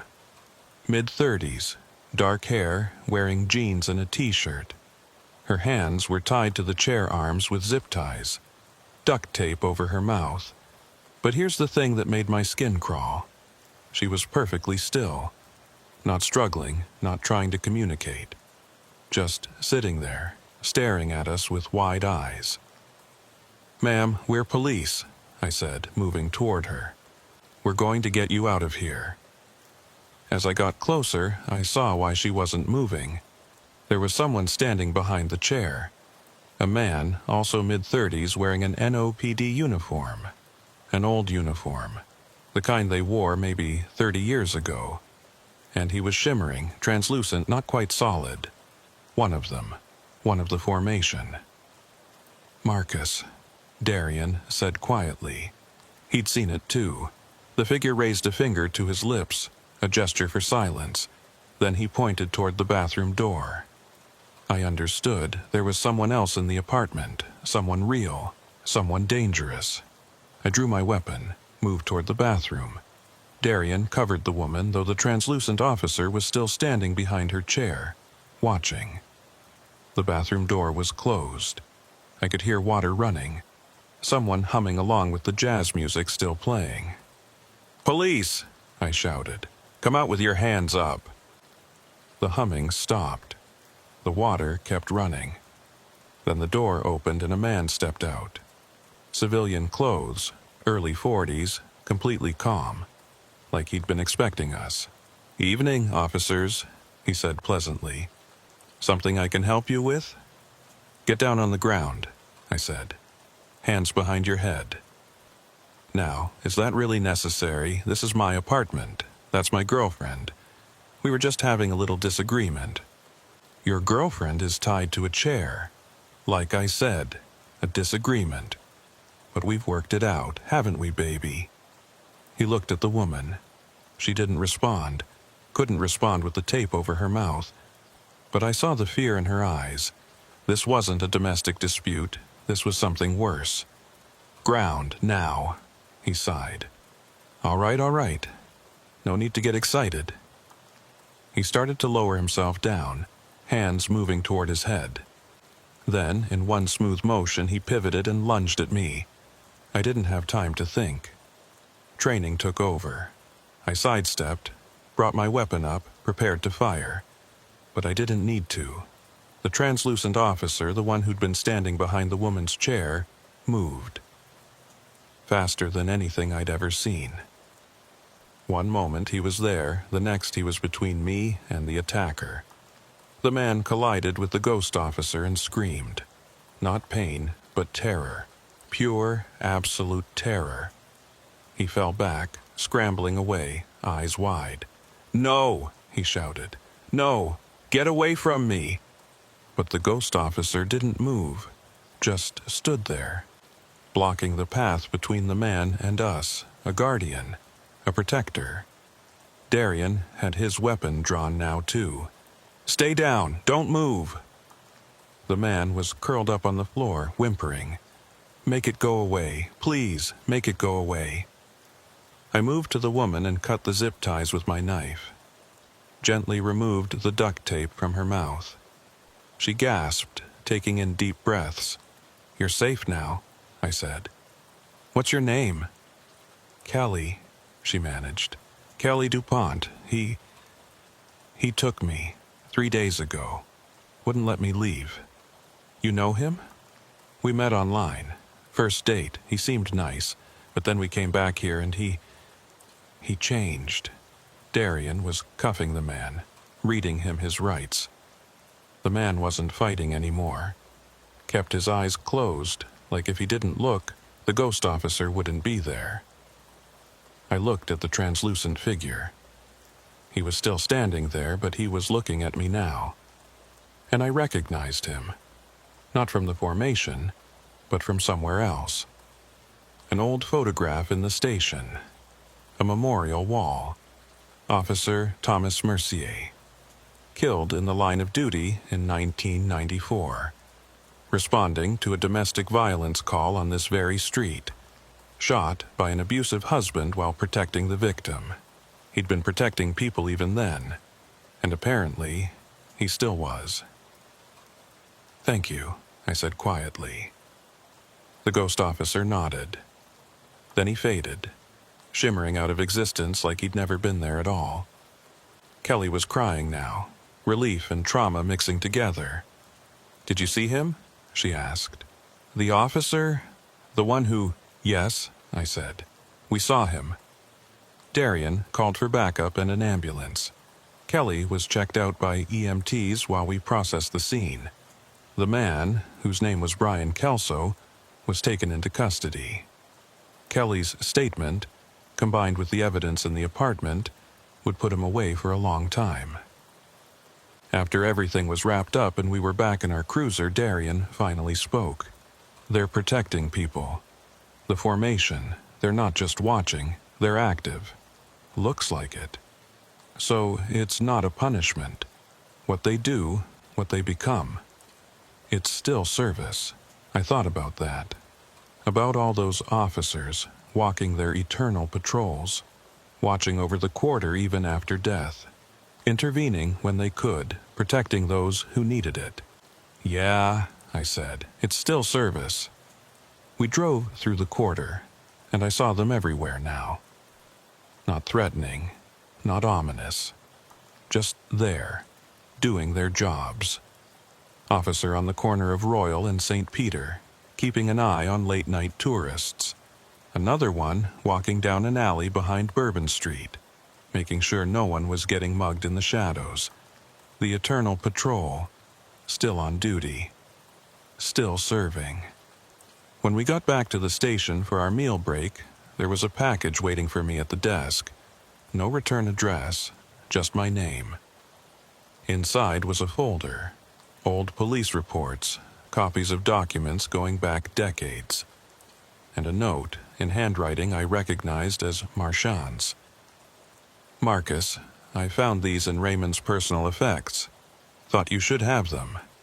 The truth about the formation, what it really is." YM. I opened the folder, started reading. The first document was a report from 1891. An officer, Jean-Baptiste Fontaine, describing an incident where he'd been assisted by a spectral figure in police attire while apprehending a violent criminal.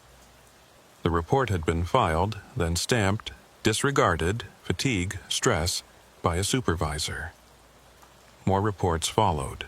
1902, 1910, 1933, 1945. All of them describing similar incidents. Officers seeing their predecessors. Dead cops still walking the beat. All of them dismissed as hallucinations or stress. But the reports kept coming, and the officers who filed them, the ones who saw the formation, they all had something in common. They all ended their careers in the quarter. All of them stayed until retirement or death. None of them ever transferred out.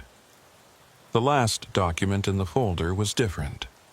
A handwritten letter dated 1878. Written by one of the first police commissioners of New Orleans. To whom it may concern, this city was built on the dead, the quarter most of all.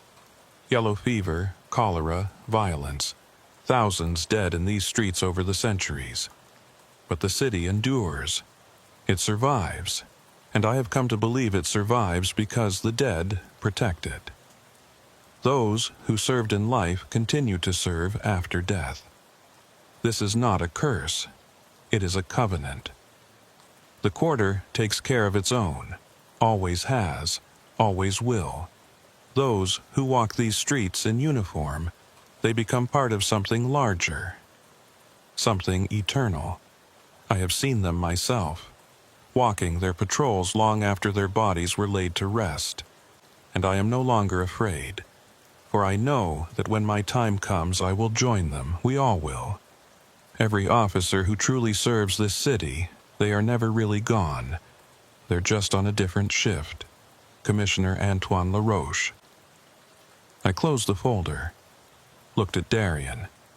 "They knew," I said, "from the very beginning. This isn't new. It's been happening for over 100 years. And they kept it quiet. Would you believe it if someone told you, before we saw it ourselves?" He shook his head, no. I put the folder away. We still had the rest of our shift to finish. As we drove back into the quarter, I felt different. Not scared anymore, not dreading what would eventually come, because I understood now. This wasn't a horror story, it was a tradition. A legacy. Every officer who serves the quarter were all part of this long chain of service that stretches back over a century. And when our time comes, we don't stop serving. We just move to a different level of protection. The formation isn't a punishment, it's a promotion. We finished our shift without incident. Watched the sun come up over the Mississippi, painting the sky in shades of orange and pink. Another night protected, another shift complete. And somewhere in the shadows, I knew the other shift was ending too. The eternal patrol was fading with the dawn, waiting for night to fall again. But they'd be back. They're always back, because the quarter takes care of its own, and we take care of the quarter, forever. The summer heat broke in September, but not by much. New Orleans doesn't really do fall. It just goes from oppressive to slightly less oppressive, with humidity that never quite leaves. I'd been on the force for 7.5 years now. Darien had just passed 10. We were veterans of the quarter, known faces to the locals, respected by the other officers. On paper, we were model cops, but we lived with a secret. Every night, we walked between worlds. Every shift, we saw the formation, and every day, we knew we were getting closer to joining them. It was a Tuesday when everything came to a head. September 16th. That date again, like it always was. The cycle repeating. We reported for duty at 10 p.m. The quarter was busy, early fall bringing tourists who couldn't handle the summer heat. Music spilled from every bar, competing melodies overlapping into something that was uniquely New Orleans. Solange gave us our assignment. Royal Street and vicinity, our home territory. We'd walked these streets so many times we could do it blindfolded. But tonight felt different. There was electricity in the air, not from any approaching storm, but from something else. Something building. "You feel it?" Darien asked as we started our patrol. "Yeah." "Think tonight's the night?" I didn't answer. Didn't need to. We both knew. The first hour was routine. Noise complaints, public intoxication, the usual. But as midnight approached, things got quieter. Tourists started heading back to hotels. The locals who knew better were already gone. By 1 a.m., the streets were nearly empty. And that's when I started seeing them. Not just glimpses this time, but clear as day. Officers in uniforms from every era, walking their patrols alongside us. They weren't hiding anymore. They wanted to be seen. At 2 a.m., our radios went dead. No static, no crackling, just complete silence. We were cut off from dispatch, from other units, from everything. "Here we go," Darien said quietly. We kept walking. Down Royal, onto Chartres, through the narrow streets and alleys we knew so well. And everywhere we went, the formation was there, growing larger. More officers joining with every block. I recognized faces now. Fisher, who'd supposedly gone missing but was right there walking 10 feet away. Dalton, his old partner. Raymond Thibodeau, giving us a nod as we passed. Officer Mercier, who'd helped us save Kelly DuPont. Dozens of others. And at 3 a.m., we found ourselves at the warehouse. We didn't plan to go there. Our feet just carried us, following a route we'd walked before in that other space between real and not real. The warehouse doors were open. Light spilled out, bright and warm. Inside, the formation was assembled. Not just dozens now, but hundreds. Every officer who'd ever served the quarter, all of them standing at attention. And at the front, 2 empty spaces, side by side, waiting for us. "We don't have to do this," I said. "We can turn around, go back." "Can we?" Darian asked. Or are we just delaying the inevitable? I looked at the formation, at all those officers standing ready. They weren't threatening. They were inviting, welcoming us home. Then I saw something that made my decision for me. At the back of the formation, 2 new figures had appeared. An elderly couple, both in civilian clothes. The man was wearing an old NOPD uniform jacket over regular clothes. The woman was holding his hand, my grandfather. He'd been NOPD for 30 years, worked the quarter his whole career, died when I was 12. And next to him was my grandmother who'd passed a year later. He saw me looking and smiled, raised his hand in a small wave. I'd become a cop because of him, because of the stories he told, the pride he had in the job. And here he was, still serving, still protecting the city he loved. I'm going in, I said to Darian. Yeah, he said. Me too. We walked through the warehouse doors. The moment we crossed the threshold, something changed. The world became clearer, sharper. I could see everything now, not just the present, but the past.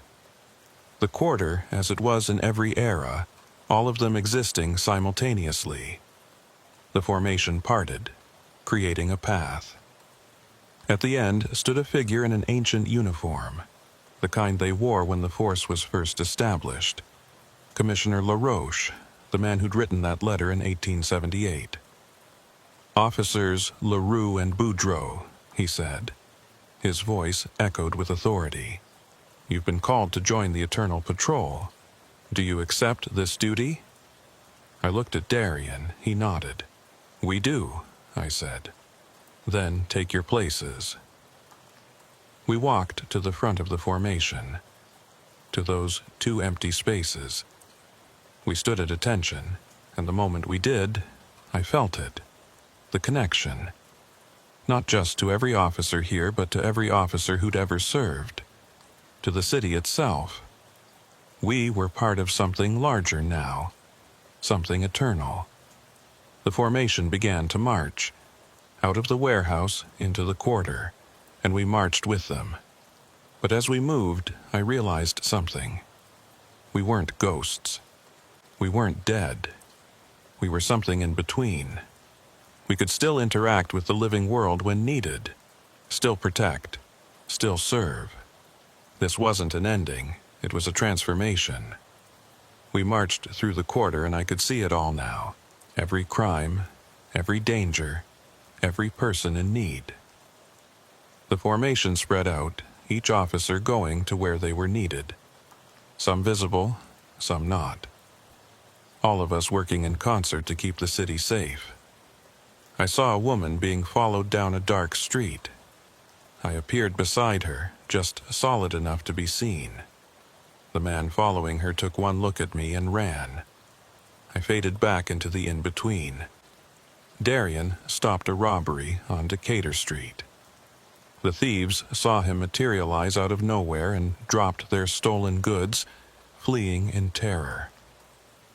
All through the night, we worked. The Eternal Patrol, doing what we'd always done, just from a different side of reality. And at 6 a.m., when the sun began to rise, we returned to the warehouse. The formation reassembled. Commissioner LaRoche stood before us. Well done, he said. Your first patrol as Guardians is complete. You may rest now, or you may continue. The choice is yours. I thought about it, about returning to normal duty, about going back to the life I'd had. But that life felt distant now, like something from another world. This was where I belonged. This was my true calling. I'll continue, I said. As will I, Darian added. LaRoche smiled. Then you are truly one of us now. Welcome to the Eternal Patrol. Welcome home. The formation dispersed, officers fading into the morning light. Some would return to the in-between, resting until night fell again. Others would remain active, invisible guardians watching over the city in daylight. Darian and I walked back into the quarter. We were still visible, still solid enough to be seen. But we knew we could fade if we wanted to, could slip into that space between worlds. On Royal Street, we encountered a patrol car. Our old unit, 4-7. 2 new officers inside, young and eager. They were just starting their shift. They drove past us without a glance, couldn't see us. Or maybe they just saw 2 cops walking the beat and didn't think anything of it. We kept walking. Days passed. Weeks. I don't know how long exactly. Time moves differently when you're part of the eternal patrol. Sometimes a night feels like minutes. Sometimes an hour stretches into infinity. We helped people, stopped crimes, appeared when needed, faded when our work was done. The perfect patrol officers, never sleeping, never resting, always on duty. And slowly, I realized this was better than anything I'd had before. No paperwork, no bureaucracy, no politics. Just the job in its purest form, protecting and serving. One night, I saw Marchand. She was walking through the quarter not as a cop anymore, just a civilian. But she saw me. I could tell from the way her eyes focused on my position even though I was mostly faded. I materialized in front of her. "Detective." She smiled. "Marcus, so you finally joined them?" "Yeah. Wasn't so bad, actually. Raymond's been watching over me. I see him sometimes, always there when I need him. He's a good cop, they all are. Will I, when my time comes, if you want to, if you choose to serve. The quarter takes care of its own, remember?" She nodded. "I remember." We talked for a while, 2 old colleagues catching up.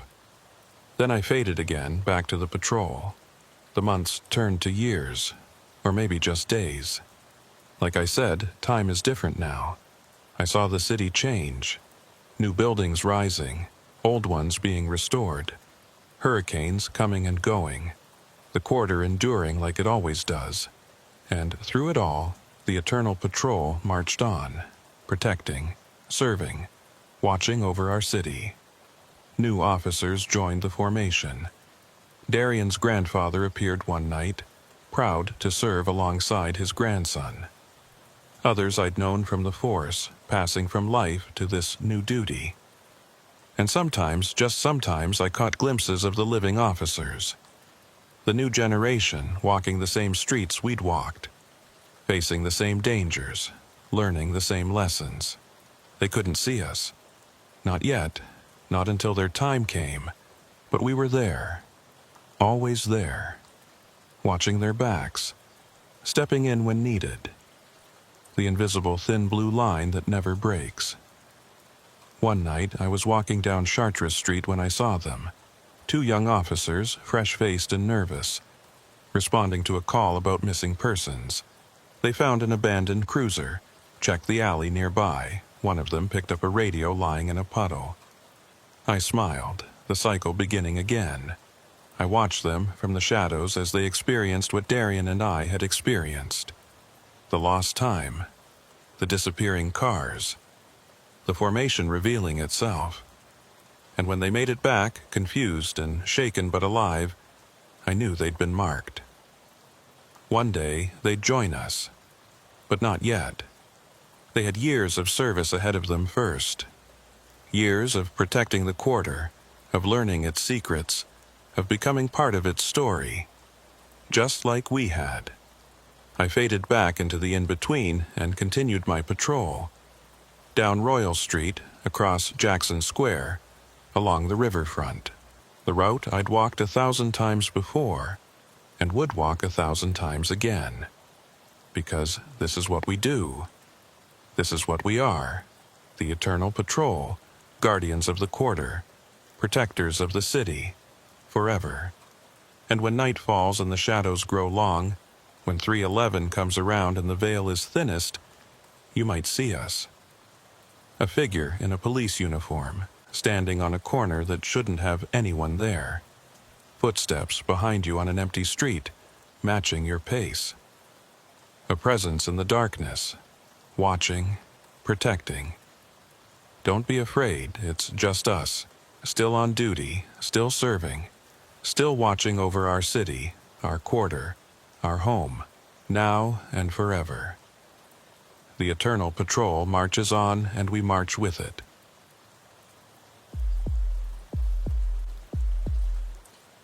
There's something about shotgun houses that gets under your skin if you live in New Orleans long enough. They're everywhere in this city. These long, narrow structures that run straight back from the street. You can stand at the front door and see clear through to the back, like looking down a tunnel. They say you could fire a shotgun through the front and the pellets would fly straight out the back without hitting a wall. That's where the name comes from. I'm Elias Fontenot, been with NOPD for 9 years. I grew up in Treme, in one of these shotgun houses. My grandmother's place, built sometime in the 1890s. 3 rooms in a row, high ceilings, creaky floors. I knew every sound that house made, every groan of the wood, every rattle of the windows when the wind picked up. That's why I noticed when something was wrong with the house on North Rampart Street.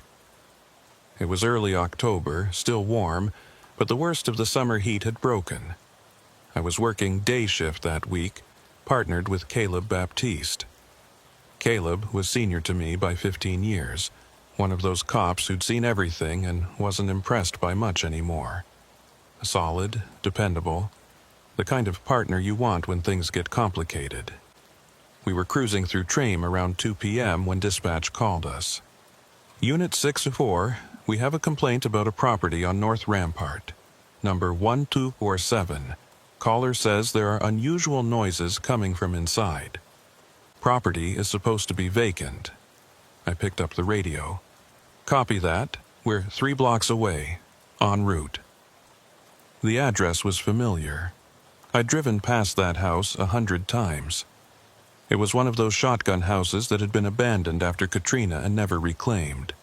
The city had it sealed up, boarded windows, padlocked doors. There was a condemned notice posted on the front. Faded now, but still legible. We pulled up outside. The house looked exactly as it had for the past decade. Weathered wood siding, paint peeling in long strips, roof sagging slightly. The windows were covered with sheets of plywood screwed tight. The front door had a heavy chain and padlock across it.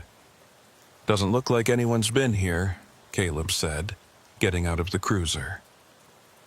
We walked up to the porch. The boards creaked under our weight, that particular sound old wood makes when it's been rotting from the inside. I tested the chain on the door. Secure. The padlock was rusty but intact.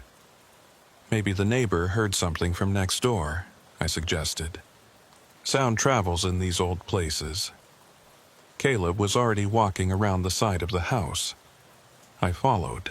The narrow space between buildings was overgrown with weeds, broken bottles and trash scattered everywhere. The side windows were boarded up same as the front. But when we got to the back, I saw something that made me stop. The back door was sealed like the front. Chain, padlock, everything intact. But on the small concrete stoop, there were muddy footprints, fresh ones, leading right up to the door. "Caleb," I said, pointing. He knelt down, examining them. "These are recent, last few hours maybe. Size 11, 12, adult male probably." We looked at the door. The chain was definitely locked. Nobody could have gone through without breaking it. Yet the footprints led right up to the door and stopped. There were no prints leading away. "Check the windows," Caleb said. We circled the entire house. Every window was sealed. Every entry point was locked down tight. But those footprints at the back door were undeniable. Someone had walked up to that house, and they hadn't walked away. "We need to get inside," I said. Caleb called it in. Within 15 minutes, we had authorization to breach the property and investigate. The city sent someone over with bolt cutters for the chains. While we waited, I studied the house. It was a typical shotgun, probably built around the same time as my grandmother's. Front room, middle room, back room, all in a straight line. Kitchen would be in the back. Bathroom probably added on later. Maybe 800 square feet total, if that. The windows stared back at me like dead eyes, plywood covering any view inside. But I had the strangest feeling that something was looking back, watching us from behind that wood. The city worker arrived with the bolt cutters, made quick work of the padlock on the front door. The chain fell away with a rattle that seemed too loud in the quiet afternoon.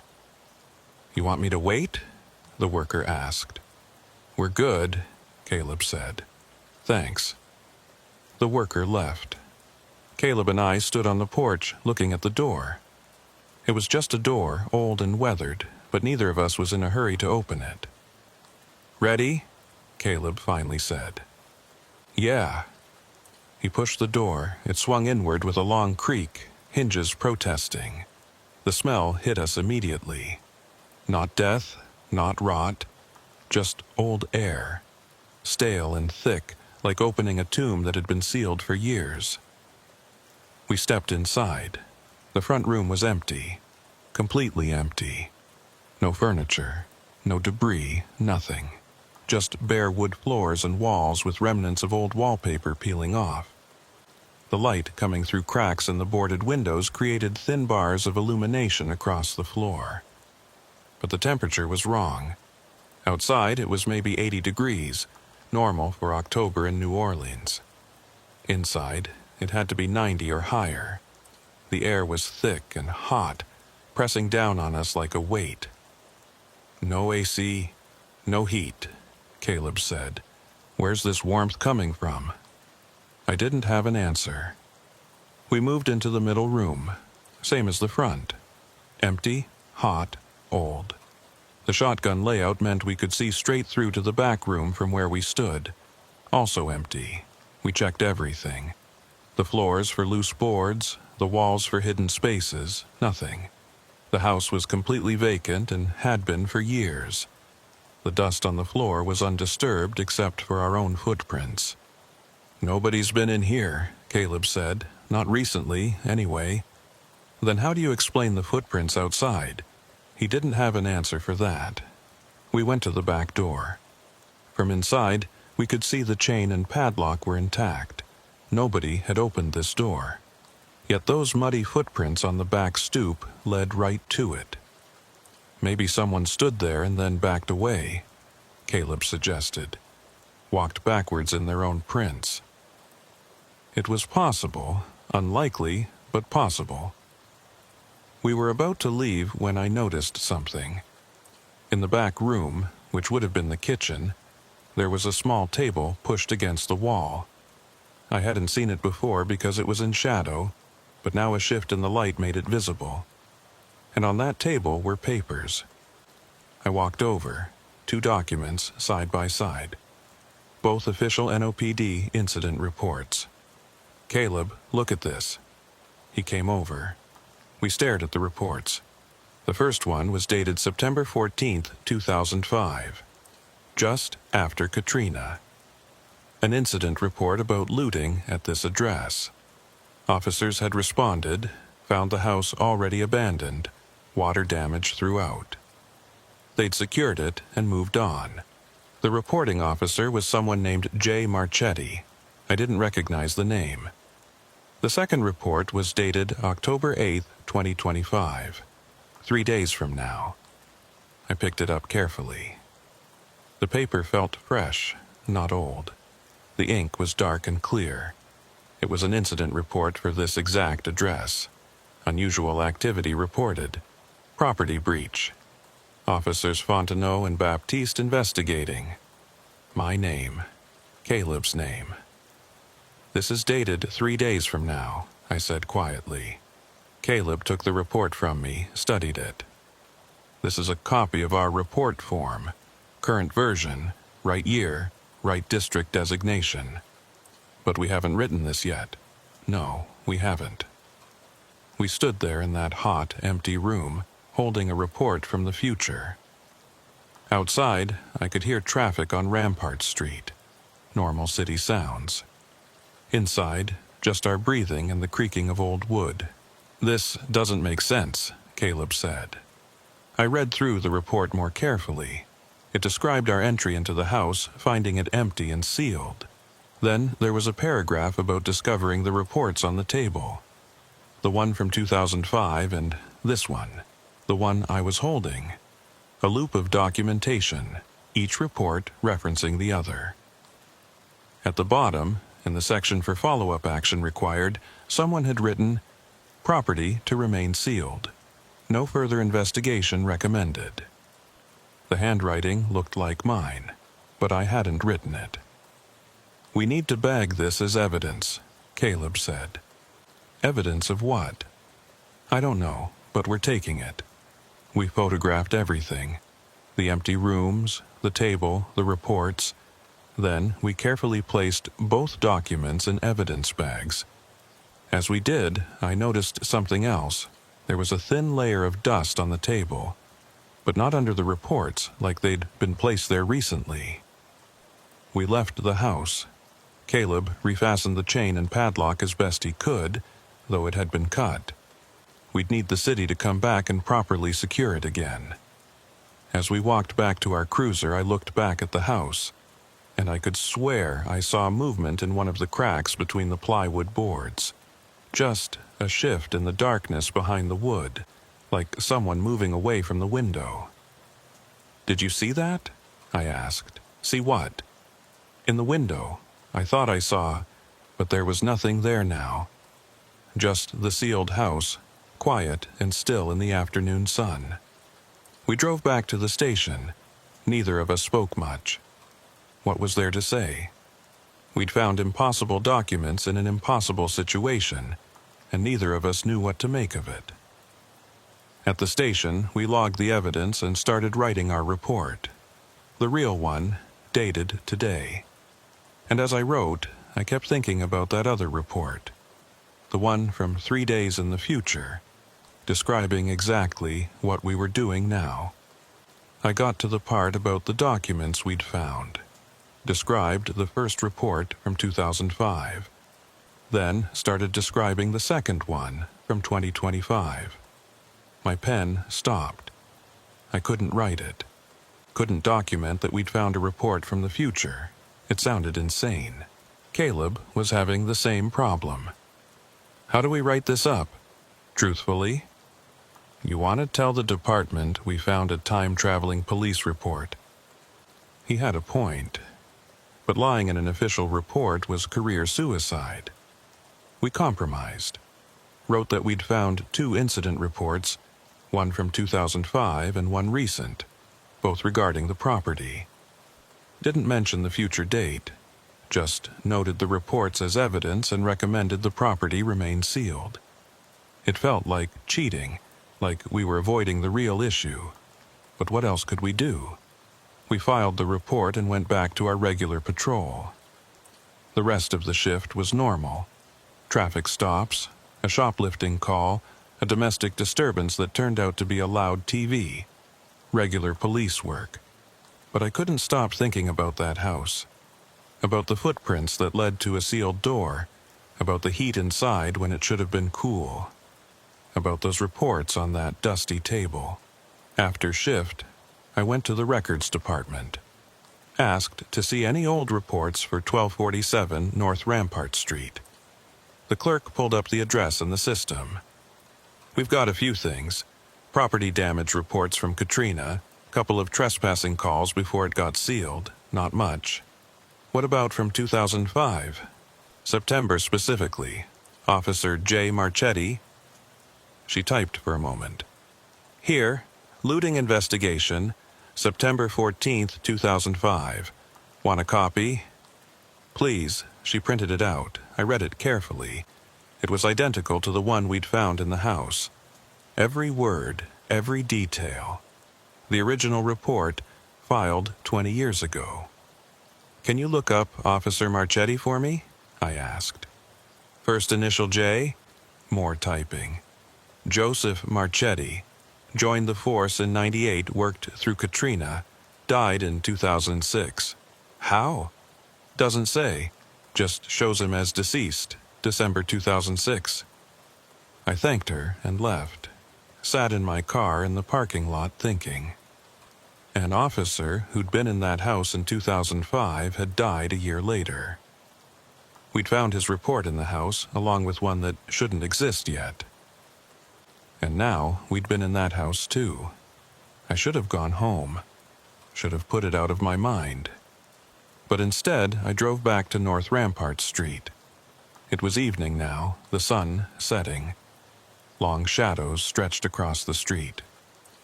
The shotgun house sat quiet among its neighbors. Most of the other houses on the block were occupied, lights on, signs of life. But 1247 was dark and silent. I parked across the street and watched. I don't know what I was looking for. Some sign, some explanation. 20 minutes passed. The street got darker as the sun disappeared. Streetlights flickered on. Then I saw it. A light in the house. Not bright, just a faint glow. Coming from the front room, visible through a crack in the boarded window. I got out of my car. Crossed the street. The light was definitely there, flickering slightly like candlelight. The front door was still chained. I checked the sides, the back. Everything sealed, but that light was real. I called Caleb. "You need to see this." "See what?" "The house on Rampart. There's a light inside." "That's impossible. We sealed it ourselves." "I'm looking at it right now. Can you come?" 20 minutes later, Caleb pulled up. Together, we stood on the sidewalk looking at that faint glow behind the plywood. "Could be reflection," Caleb said. "Headlights, streetlights." But it wasn't. The glow was steady, coming from inside the house. And as we watched, it moved. From the front room to the middle room, then to the back. "Someone's in there," I said. We approached the door. The chain was intact. We went around back. Same thing. Everything locked up tight. The light moved back to the front room. We could see it clearly now through the crack in the boards. It was definitely coming from inside. Caleb called it in. More officers arrived. We breached the property again, cutting the chain. This time, when we opened the door, the smell was different. Not just stale air. Something else. Like ozone after a lightning strike. The front room was empty. No light, no candle, nothing that could have caused that glow we'd seen. We checked every room. All empty, all dark. But the temperature was even higher than before. Had to be pushing 100 degrees inside. One of the other officers started sweating immediately. "Why is it so hot?" he asked. Nobody had an answer. We searched the house top to bottom. Nothing. No sign anyone had been inside. No source for the light we'd all seen. The table in the back room was still there. But the reports we'd bagged as evidence were gone. Of course they were. We'd taken them. But lying on the table in exactly the same positions were 2 new copies of the same reports. "This isn't possible," Caleb said. But it was happening. We photographed them, bagged them again, and when we left and sealed the house once more, I knew we'd be back. This wasn't over. 3 days. That's what the report from the future had said. October 8th, 3 days from now. I wondered what would happen when we reached that date. Would we write the report we'd already found? Would the loop close? Or would something else happen? Something worse. I drove home that night and couldn't sleep. Kept thinking about that light moving through the empty rooms. About the heat that shouldn't be there. About those footprints leading to a sealed door. And about Officer Marchetti, who'd gone into that house in 2005 and died a year later. We'd been in that house twice now. How much time did that buy us? The next day, I did more research. Looked into the history of 1247 North Rampart Street. Property records, old news articles, anything I could find. The house was built in 1894, had gone through various owners over the decades. Nothing remarkable until the 1970s, when a family named Doucet lived there. Father, mother, 2 kids. In December 1977, the father, Marcel Doucet, disappeared. Just vanished one night. Police investigated, found no sign of foul play. The family moved out a few months later. Then in 1983, a single woman bought the house, lived there alone for 5 years. In 1988, she also disappeared. Car found parked outside, purse and keys inside the house, no sign of the owner. Case never solved. After that, the house changed hands a few times. Nobody stayed long. Always moved out after a few months, sometimes weeks. Then Katrina hit, flooding the area. The house was damaged, condemned, sealed up, and since then, nothing. Just an abandoned shotgun house slowly rotting away. Except it wasn't quite abandoned. Something was still there. Something that left footprints and created light and heat in empty rooms. I showed my research to Caleb. We sat in the break room at the station, going through the old reports and articles. 2 disappearances, he said. Both people who lived in that house. And now Marchetti. He went in there and died a year later. You think the house is connected? I don't know. But there's a pattern. People go in, people disappear or die. We went in. Yeah, we did. We sat there in silence. Outside, the station was busy with the usual activity. Inside that break room, we were contemplating something we couldn't quite name. Maybe we're overthinking this, Caleb finally said. Maybe it's all coincidence. Old house, weird circumstances, our minds making connections that aren't there. Maybe. But neither of us believed that. That night, I drove past the house again. Couldn't help myself. It was like it was calling me. The street was quiet. Most houses had their lights on, families inside having dinner or watching TV. Normal life. And then there was 1247. Dark and sealed. But as I watched, I saw it again. That faint glow, moving through the rooms. This time I didn't call anyone, just watched. The light moved from back to front, then stopped in the middle room. Stayed there, steady and unchanging. Then I saw something that made my heart stop. A shadow passed in front of the light. A human silhouette, visible for just a moment through the crack in the boards. Someone was in there. Someone was actually in that sealed house. I got out of my car, hand on my weapon, approached the front door. The chain was intact. Went around back. Also sealed, but I could see the light clearly from the backyard, and shadows moving inside. More than one person now, moving through the rooms. I called it in. 3rd time in 3 days we were responding to this address. Dispatch was starting to ask questions. More units arrived. We cut the chain again and went inside. Empty. No lights, no people, no shadows. Just that oppressive heat and the smell of ozone. The sergeant who'd responded looked at me and Caleb like we were losing it. "You two need some time off?" he asked. "We saw lights," I insisted. "Multiple witnesses saw them." "In a sealed house with no power." "Right." He had us document everything and leave. The house was sealed again. We were told to stop responding to calls about it unless there was clear evidence of a break-in. As we drove away, I looked back one more time. The light was back, moving through the rooms like it had never stopped, but this time nobody else seemed to see it. October 8th arrived, the date from the report we'd found. I woke up that morning with a sense of dread I couldn't shake. Caleb and I were both scheduled for day shift. We'd agreed the night before that we wouldn't go near North Rampart Street. Let someone else handle any calls for that address. But of course, the city had other plans. We were 2 hours into our shift when dispatch called. Unit 6-4, we have another complaint about 1247 North Rampart. Caller says they saw someone breaking in.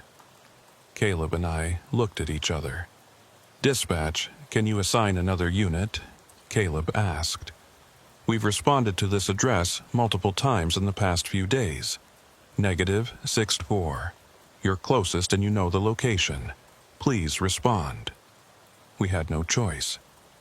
When we arrived, there was a woman waiting on the sidewalk. Late 60s, lived in the house next door. She was the one who'd called. I saw him, she said before we even got out of the car. Saw him clear as day. A man going in the back door. The back door is chained shut, ma'am, I said. I know what I saw. He walked right up to that door and went inside. We went around back. The chain was intact, the padlock unbroken. But there on the concrete stoop were fresh muddy footprints, same as before, leading right up to the door and stopping. Ma'am, what did this man look like? Caleb asked. White guy, maybe 40, 50, wearing old clothes, work shirt and pants. Walked funny, like he was limping. What time did you see this? Maybe 20 minutes ago. I called right away. We thanked her, and she went back to her house, though she kept watching from her window. We're going back in, I said. Yeah. We called for authorization and the city worker with bolt cutters. While we waited, I studied those footprints. They were real. Fresh mud, clear tread pattern. Someone had definitely walked up to this door, but they hadn't walked away, and they couldn't have gone through a chained door. Unless they could. The city worker arrived, cut the chain. We opened the door and went inside. The heat hit us immediately. Even worse than before, had to be over 100 degrees. The air was so thick it was hard to breathe. We cleared the house room by room, all empty. No signs of any intrusion. In the back room, the table was still there, and on it, 2 reports. I picked them up with gloved hands. The first was the one from 2005. Marchetti's report about the looting investigation. The second was dated today, October 8th, 2025. And it was identical to what we were doing right now. The report described us responding to a break-in call, finding footprints, entering the house, finding these very reports. At the bottom, in the follow-up section, there was that same note, property to remain sealed. No further investigation recommended. But this time there was something else. A second paragraph, written in different handwriting. Caleb's handwriting. Officer Fontenot entered the property alone at approximately 1600 hours. Did not return. Search initiated. I showed it to Caleb. He read it, face going pale. I didn't write that, he said. I know. It says you went in alone and didn't come back. It's 1300 hours now. That's 3 hours from now. We stood there in that sweltering room, holding a report that described my disappearance. A disappearance that hadn't happened yet, but apparently would. We're leaving, Caleb said. Right now. We're sealing this place up and we're never coming back. Agreed. We photographed the reports, bagged them, and left. Had the city worker put on a new chain and padlock. Made sure it was secure. Then we went back to the station and filed our report. Again, we left out the impossible parts. Just noted we'd found more copies of old reports and recommended the property remain sealed. Our shift ended at 1500 hours. 3 p.m., 1 hour before the time mentioned in that report. Go home, Caleb said. Get out of here. Don't come back to this district tonight. What about you? I'll finish up the paperwork. Make sure everything's filed. Then I'm going home too. You sure? Yeah, get out of here, Elias. I left the station, drove away from Tram, away from North Rampart Street, went to my apartment in Mid-City and tried to relax. But at 15:30 hours, 3:30 p.m., I got a call from Caleb. "Elias, I need you to come back." "What? Why?" "There's been another call about the house. Woman next door says she saw you go inside." "That's impossible. I'm at home." "I know, but she's insistent. Says she saw you specifically, described your uniform, your badge number." "My badge number? How could she know that?" "I'm on my way." I broke every speed limit getting back to North Rampart Street. Caleb was already there, along with 2 other units. The neighbor was on her porch, pointing at the house. "That's him," she said when she saw me. "That's the officer I saw go inside." "Ma'am, I haven't been here," I said. "I've been off duty." "I saw you 30 minutes ago. You went to the back door and it just opened for you. No chain, no lock, nothing. You walked right in." "The door's chained," Caleb said. "We can all see it." But the woman was adamant. She'd seen me go inside, seen me clear as day. We checked the back door, chain intact, but there were new muddy footprints on the stoop, and these were different. Smaller, the right size for my boots. Caleb looked at me. "Your boots clean?" I checked. No mud. I hadn't been anywhere muddy. "This doesn't make sense," I said. "None of it makes sense, but we need to check inside. If there's any chance someone's in there." We got authorization. Cut the chain again. 4th time in less than a week. The house was waiting for us. That same oppressive heat. That ozone smell. The empty rooms. We cleared it together this time. Stayed within sight of each other, no splitting up. But there was nobody inside. Just us, and that heat, and the creaking of old wood. In the back room, the table had new reports. I didn't even want to look at them. But Caleb did. He picked them up, read them. "Elias," he said quietly, "you need to see this." The first report was the same. Marchetti, 2005. The second was dated October 8, 2025, today. But it was different from the one we'd seen this morning. This one described me entering the property at 1600 hours. Described Caleb and other units searching for me. And at the bottom, in my handwriting, "I understand now. The house needs what it needs. I'm staying. Don't come looking for me. Seal it up and forget about it." I stared at the words. That was my handwriting, my signature at the bottom, but I hadn't written it. "It's 15:45, Caleb said, checking his watch. 15 minutes. Until what? Until whatever's supposed to happen." We left the house. Stood in the backyard, watching the back door. The other officers had cleared out, called to other incidents. It was just us now. The minutes ticked by. 15:50. 15:55. At 15:59, I felt it, a pull. Like something was tugging at me, trying to draw me toward the house. "You feel that?" I asked Caleb. "No, what?" Like the house is calling." He grabbed my arm. "Fight it. Whatever it is, don't listen." But the pull was getting stronger. I could hear something now. Voices, faint and distant. Coming from inside the house, they were calling my name. "Elias, Elias, we're waiting. Come inside, come home." "Do you hear that?" I asked. "Hear what? Elias, there's nothing." But there was. The voices were getting louder, more insistent. And that pull was overwhelming. Like gravity had shifted, like the house was the center of everything and I was falling toward it. My watch beeped. 1600 hours, 4 p.m. The back door swung open. By itself. The chain was still there, still locked. But the door opened anyway, swinging inward to reveal the dark interior.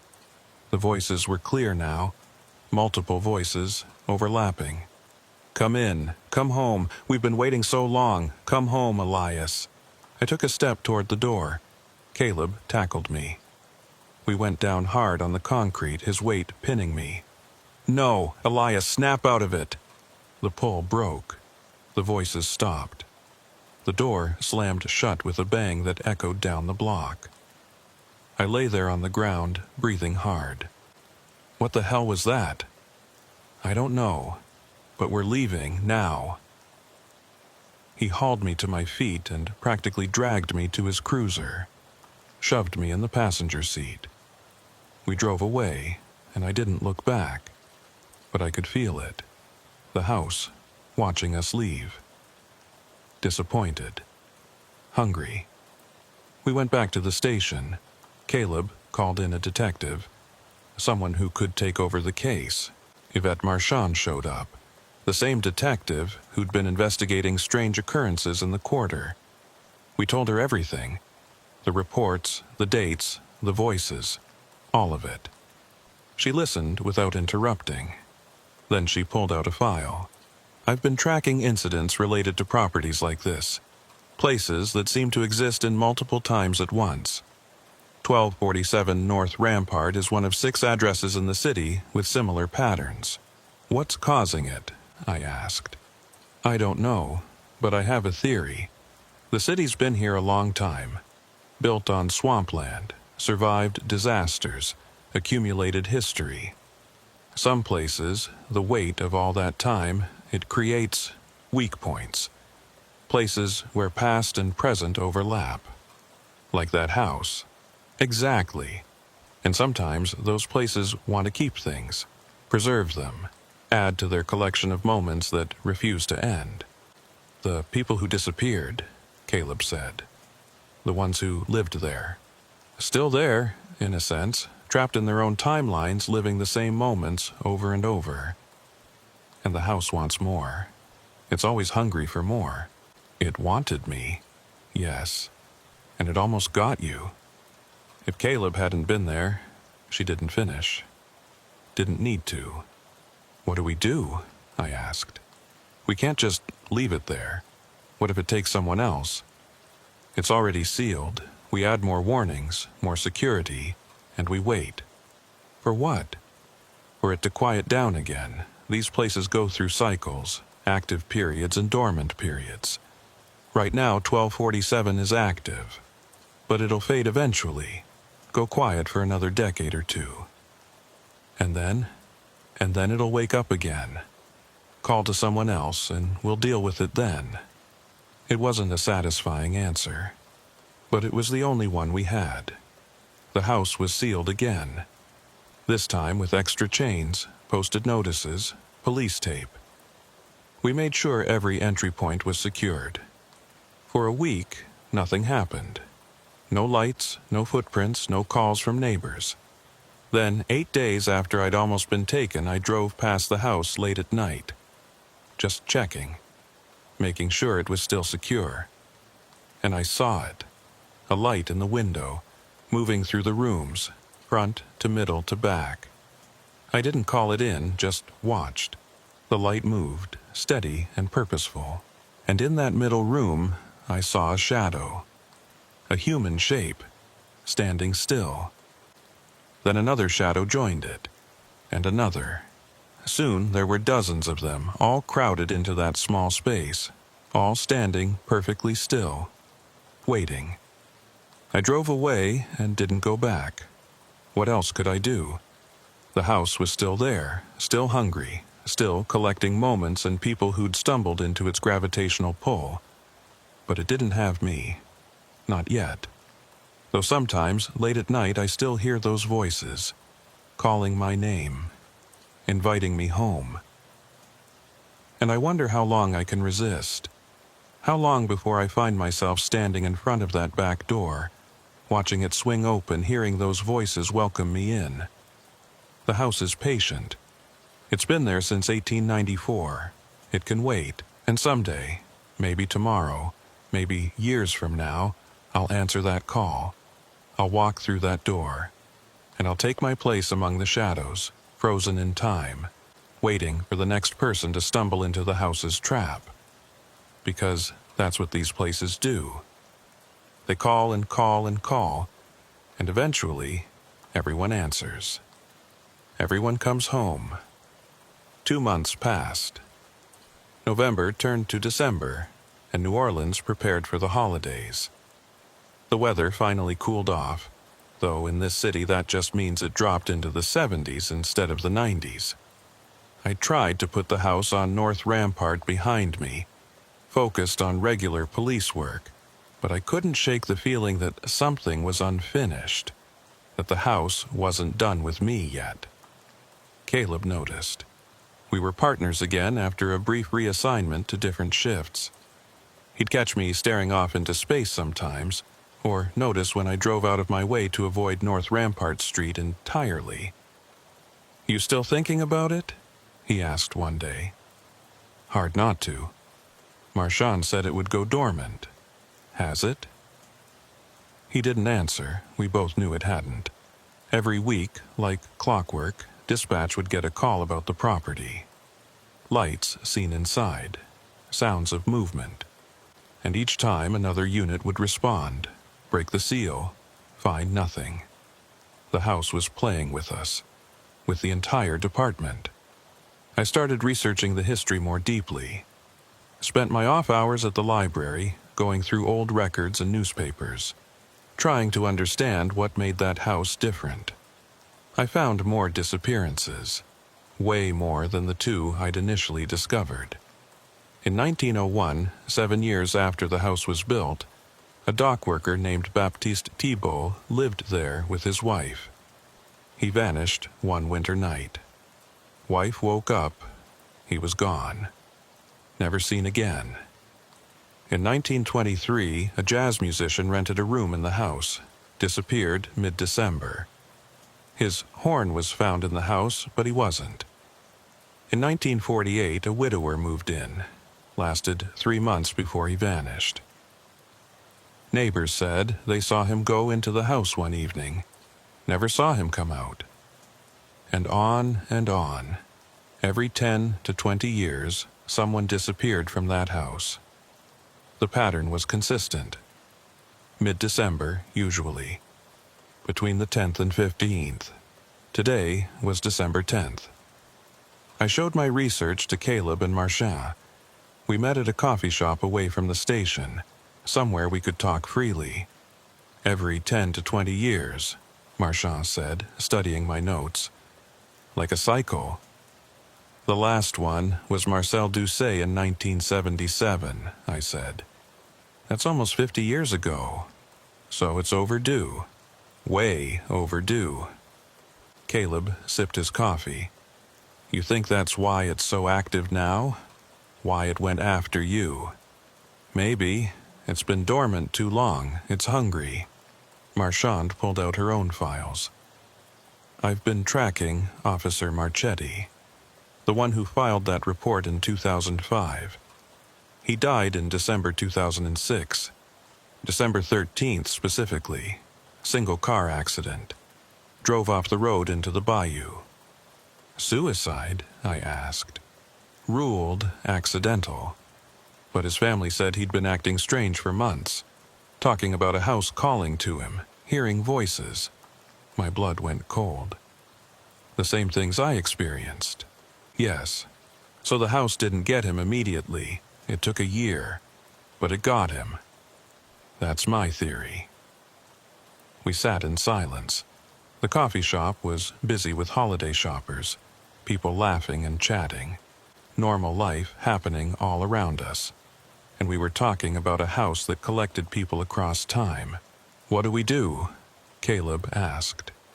Marchand leaned back. Officially, nothing. The house is sealed. We've done everything we can. And unofficially, I think we need to go back in, find out what it really is. Why it wants people. That's insane, I said. We barely got out last time. I know. But this isn't going to stop. It'll keep calling to you. And eventually, it'll win. Unless we end this. How do you end a place that exists across time? I don't know yet, but we need to try. We made a plan. December 13th, the anniversary of Marchetti's death.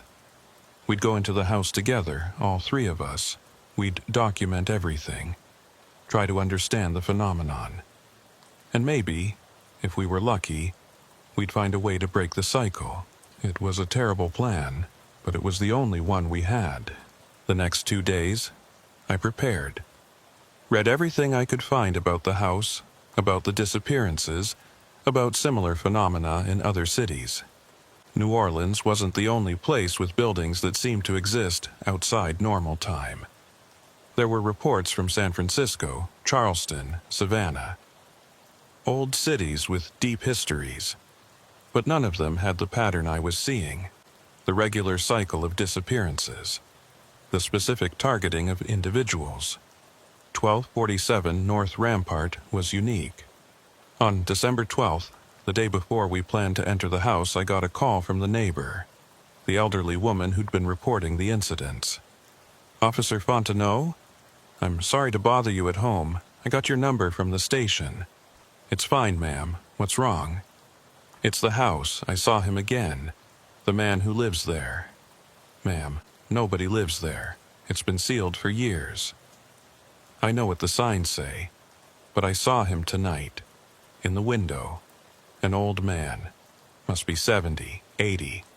He was looking right at me." "Which window?" "The middle room, the one facing my house. He stood there for maybe 5 minutes, just staring. Then he stepped back and disappeared." "What time was this?" "About an hour ago, around 8 p.m. I thanked her and hung up.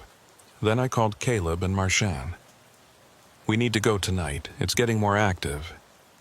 We met at North Rampart at 10 p.m. The street was quiet, most people inside for the night. The house sat dark and silent, but I could feel it watching us.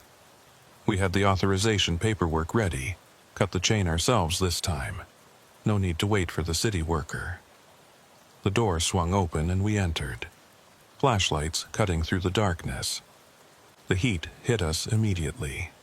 Even worse than before. The thermometer Marchand brought registered 108 degrees. "How is this possible?" Caleb muttered. "It's not," Marchand said. "At least, not according to physics as we understand it." We moved through the front room, our lights catching details I hadn't noticed before. The wallpaper wasn't just peeling randomly. There were patterns in how it hung. Symbols, almost. Circles and lines that might have been decorative once, but now looked deliberate. Intentional. In the middle room, we found something new. Furniture. A table and chairs, arranged as if for a meal. But they were rotted, ancient, wood crumbling with age. "These weren't here before," Caleb said. "Yes, they were," I said. "We just couldn't see them." Marchand took photos. "The house is showing us more, letting us see what it really is." We moved to the back room. The small table was there, but now it had more than just reports on it. There were objects, personal items, a pocket watch, its crystal cracked, a pair of glasses, a child's toy soldier, a woman's hairbrush. "These are from the people who disappeared," I said, picking up the pocket watch. The inscription inside read, "To Baptiste, with love, 1900. Baptiste Thibault. The dock worker who'd vanished in 1901. The other items were similar, belongings from different eras, all carefully arranged on that table like a shrine. "The house is keeping them," Marchand said. "Not just the people, their things, their moments, their time." As she spoke, the temperature dropped. Not to normal, but enough that we could feel the difference. From 108 to maybe 90. Still hot, but better. And we heard something. Footsteps, coming from the front room. Slow, deliberate steps on the wooden floor. We moved to the doorway between the middle and front rooms. Our flashlights illuminated the space. There was a man standing there. Old, just like the neighbor had described, wearing clothes from maybe the 1940s. He was looking at us, but there was something wrong with his eyes.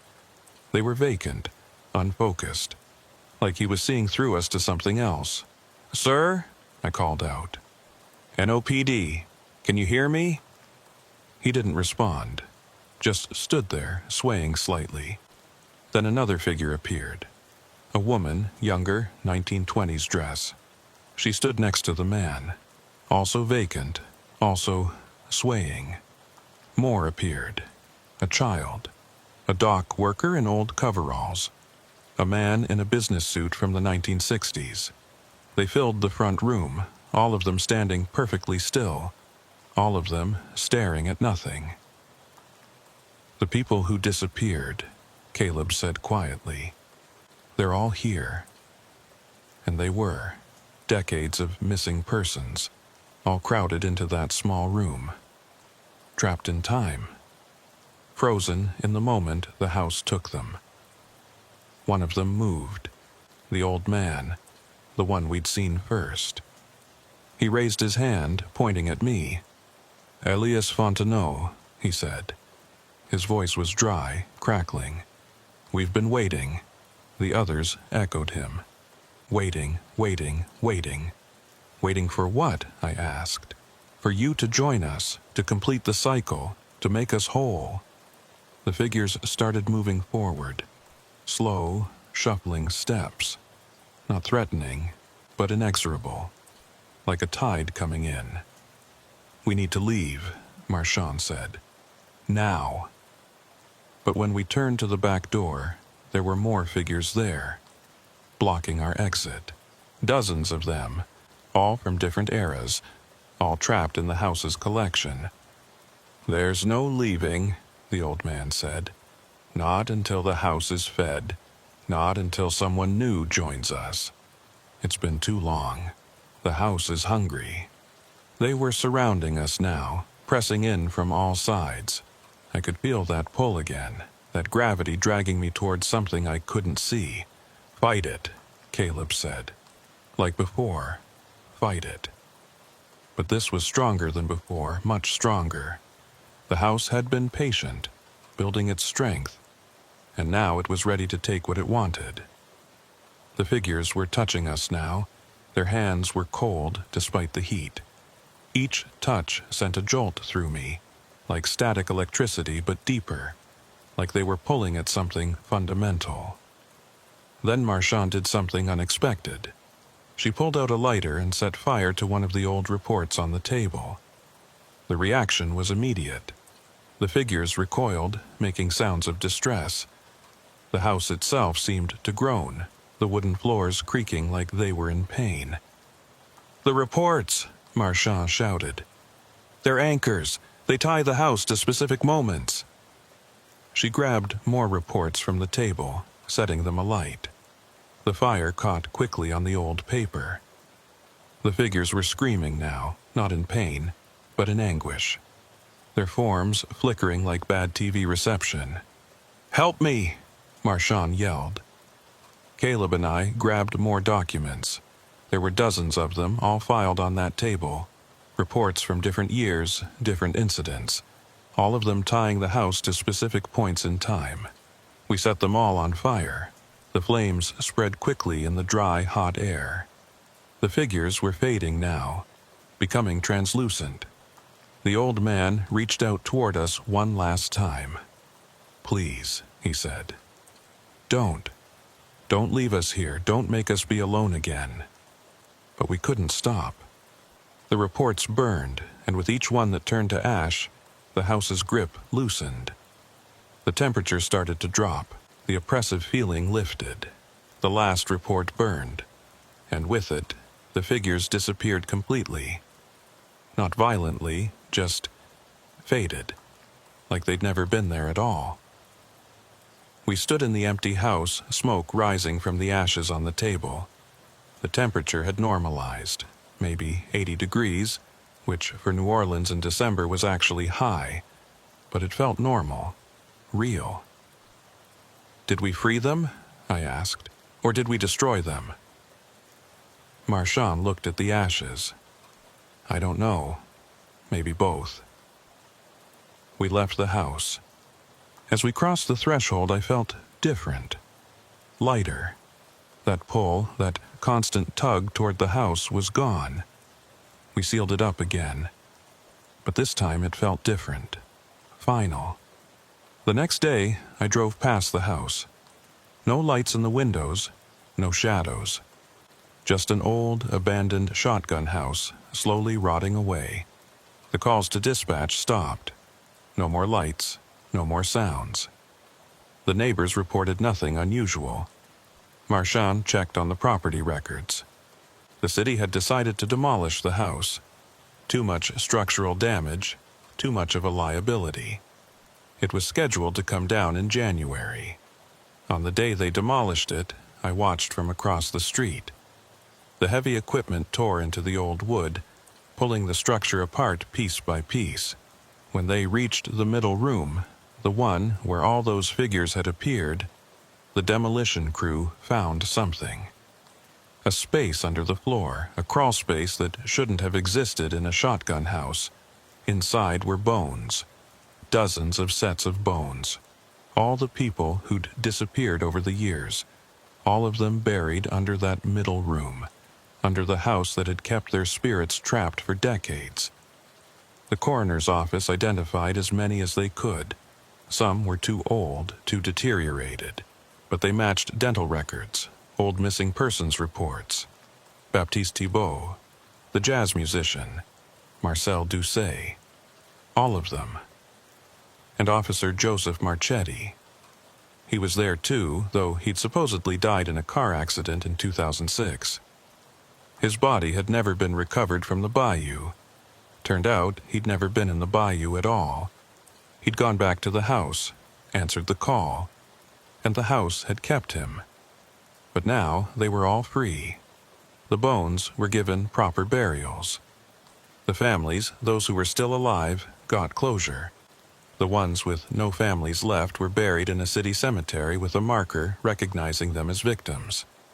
The lot where the house stood was cleared and paved over. The city turned it into a small park. Nothing elaborate, just grass and a few benches. A place for the neighborhood to gather.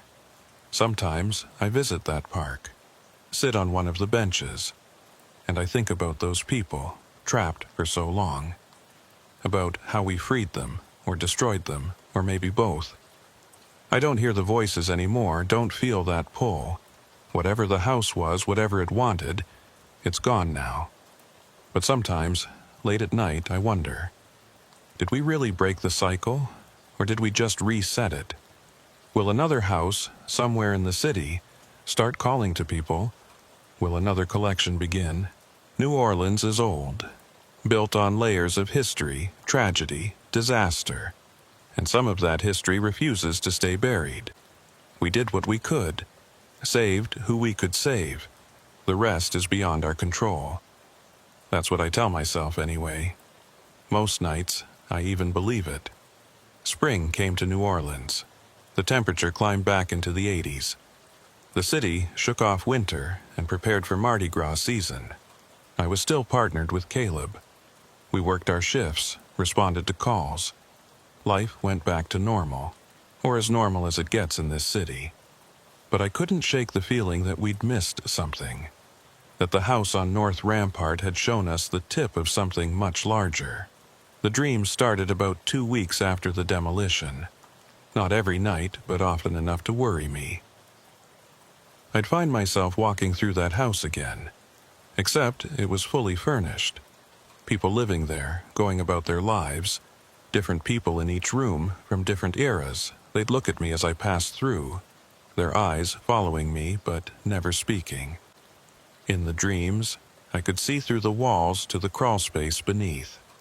Could see all those bones arranged in careful patterns. Circles within circles. Like someone had placed them deliberately, creating some kind of diagram. I mentioned it to Caleb during a late-night patrol. We were cruising through the Garden District, quiet streets lined with mansions. You think the bones were arranged that way on purpose? He asked. In the dreams they are. But when the coroner pulled them out, he didn't mention any pattern. Dreams aren't evidence. I know. But what if they're memory? What if I saw something that day and my subconscious is trying to tell me? Caleb was quiet for a moment. You think someone was practicing something? Like some kind of ritual? I don't know what I think. But shotgun houses weren't designed with crawl spaces. Someone dug those spaces out, deliberately created room to hide bodies. That takes planning, intent. We drove in silence for a while. Then Caleb said, "We should talk to Marchand." Marchand felt it too. We'd meet for coffee every few weeks, compare notes. She was still tracking anomalies across the city, places where time seemed to bend, where the past refused to stay in the past. This time, when we met, I brought copies of the coroner's reports, photos from the excavation. Marchand spread them out on the table, studying each one carefully. "I've found 3 more," she said, not looking up from the photos. 3 more properties with similar patterns to North Rampart. Active? Not yet, but they're showing signs, calls from neighbors, unexplained phenomena. What are you going to do? Document them, watch them, wait to see if they escalate. And if they do? She sipped her coffee, finally looking up. Then we do what we did before. Go in, break the connection. Free whoever's trapped. If we can. If we can. She tapped one of the photos. You see this? The way the remains were positioned. The coroner noted it, but didn't think much of it. But look. I looked. The photo showed the crawl space before the bones were removed. And now that she pointed it out, I could see it. They weren't just buried haphazardly. There was a pattern. Bodies arranged in a rough circle, skulls facing inward. Someone did this deliberately, Marchand said. Created a configuration. And I think that's what trapped them. Not just death, but the way they were buried, the pattern. You're saying someone was trying to create these time loops? On purpose? Maybe not loops, maybe more like anchors. Ways to tie spirits to specific locations. Keep them from moving on. Why would anyone do that? She pulled out another folder. This one contained old newspaper clippings, photocopies of handwritten journals. I've been researching. Found references to similar practices in Haitian Vodou, in old Creole folk magic. The idea of binding spirits to places, using them as guardians or as sources of power. That's insane. Is it? We've seen what we've seen. Houses that exist across time. Spirits that can affect the physical world. If you believed in that kind of thing, believed you could harness it, why wouldn't you try? Caleb leaned forward. So you think there's someone out there deliberately creating these situations? Killing people and burying them in patterns to create haunted houses? Not anymore. These are old. Decades old. Some of them over a century. But yes, I think someone did this. Maybe multiple people over the years, creating these anchors across the city. For what purpose? That's what I'm trying to figure out. We talked about Officer Marchetti, about how he'd been compelled to return to the house even a year after his first encounter, about how it had ultimately claimed him. Do you think about it? She asked. About how close you came. Every day. Any lingering effects, dreams, compulsions? I hesitated. The dreams were effects, weren't they? But I'd been downplaying them, even to myself. Dreams, I admitted. I see the house, see the patterns in the bones. It's like my mind is trying to work out what we saw. She nodded, making notes. That's normal. Trauma response. You witnessed something that shouldn't exist according to your understanding of reality. Your brain is trying to process it. Is that all it is? Probably, but keep monitoring it. If the dreams intensify or if you start experiencing anything else, tell me immediately. What about you? Any effects? She was quiet for a moment, and I saw something flicker across her face. Fear, maybe, or recognition. I hear things sometimes, she finally said. Voices. They're not calling to me exactly, more like echoes. Conversations from other times overlapping with now. Since when? Since we went into the house, since we burned those reports. Yvette, you should have said something. What would you have done? It's not dangerous, just disorienting. I'll walk down a street and hear people talking in French. Old French, Creole French from 100 years ago. Or I'll pass a building and hear music that nobody else can hear. That sounds dangerous. Maybe. But it's also useful. I can sense these places now, the ones that exist out of time. I can feel them before they become active. Like a warning system. Exactly. I'll be driving through a neighborhood and suddenly I'll feel it. A pull, a resonance. And 9 times out of 10, when I investigate, I find one of these properties, a place where the boundaries are thin. Have you told anyone else about this? Just you and Caleb. And I'd like to keep it that way. The department already thinks I'm obsessed with cold cases. If they knew I was hearing voices and sensing ghosts, they'd put me on administrative leave. Caleb finished his coffee. So what's the plan? We wait for these 3 properties to escalate, then do the same thing we did before. That's the reactive approach, Marchand said. But I'm thinking we should be proactive. Get ahead of it. How? By mapping the pattern. All of these properties, they're scattered across the city, but I think there's a design. If we can figure out what that design is, maybe we can predict where the next one will appear. Or, better yet, understand the purpose behind all of this. She pulled out a city map, marked with red dots. Each dot represented a property where we'd found anomalies. North Rampart, the house in Bywater, the 2 others she'd investigated. Look at the distribution, she said. They're not random.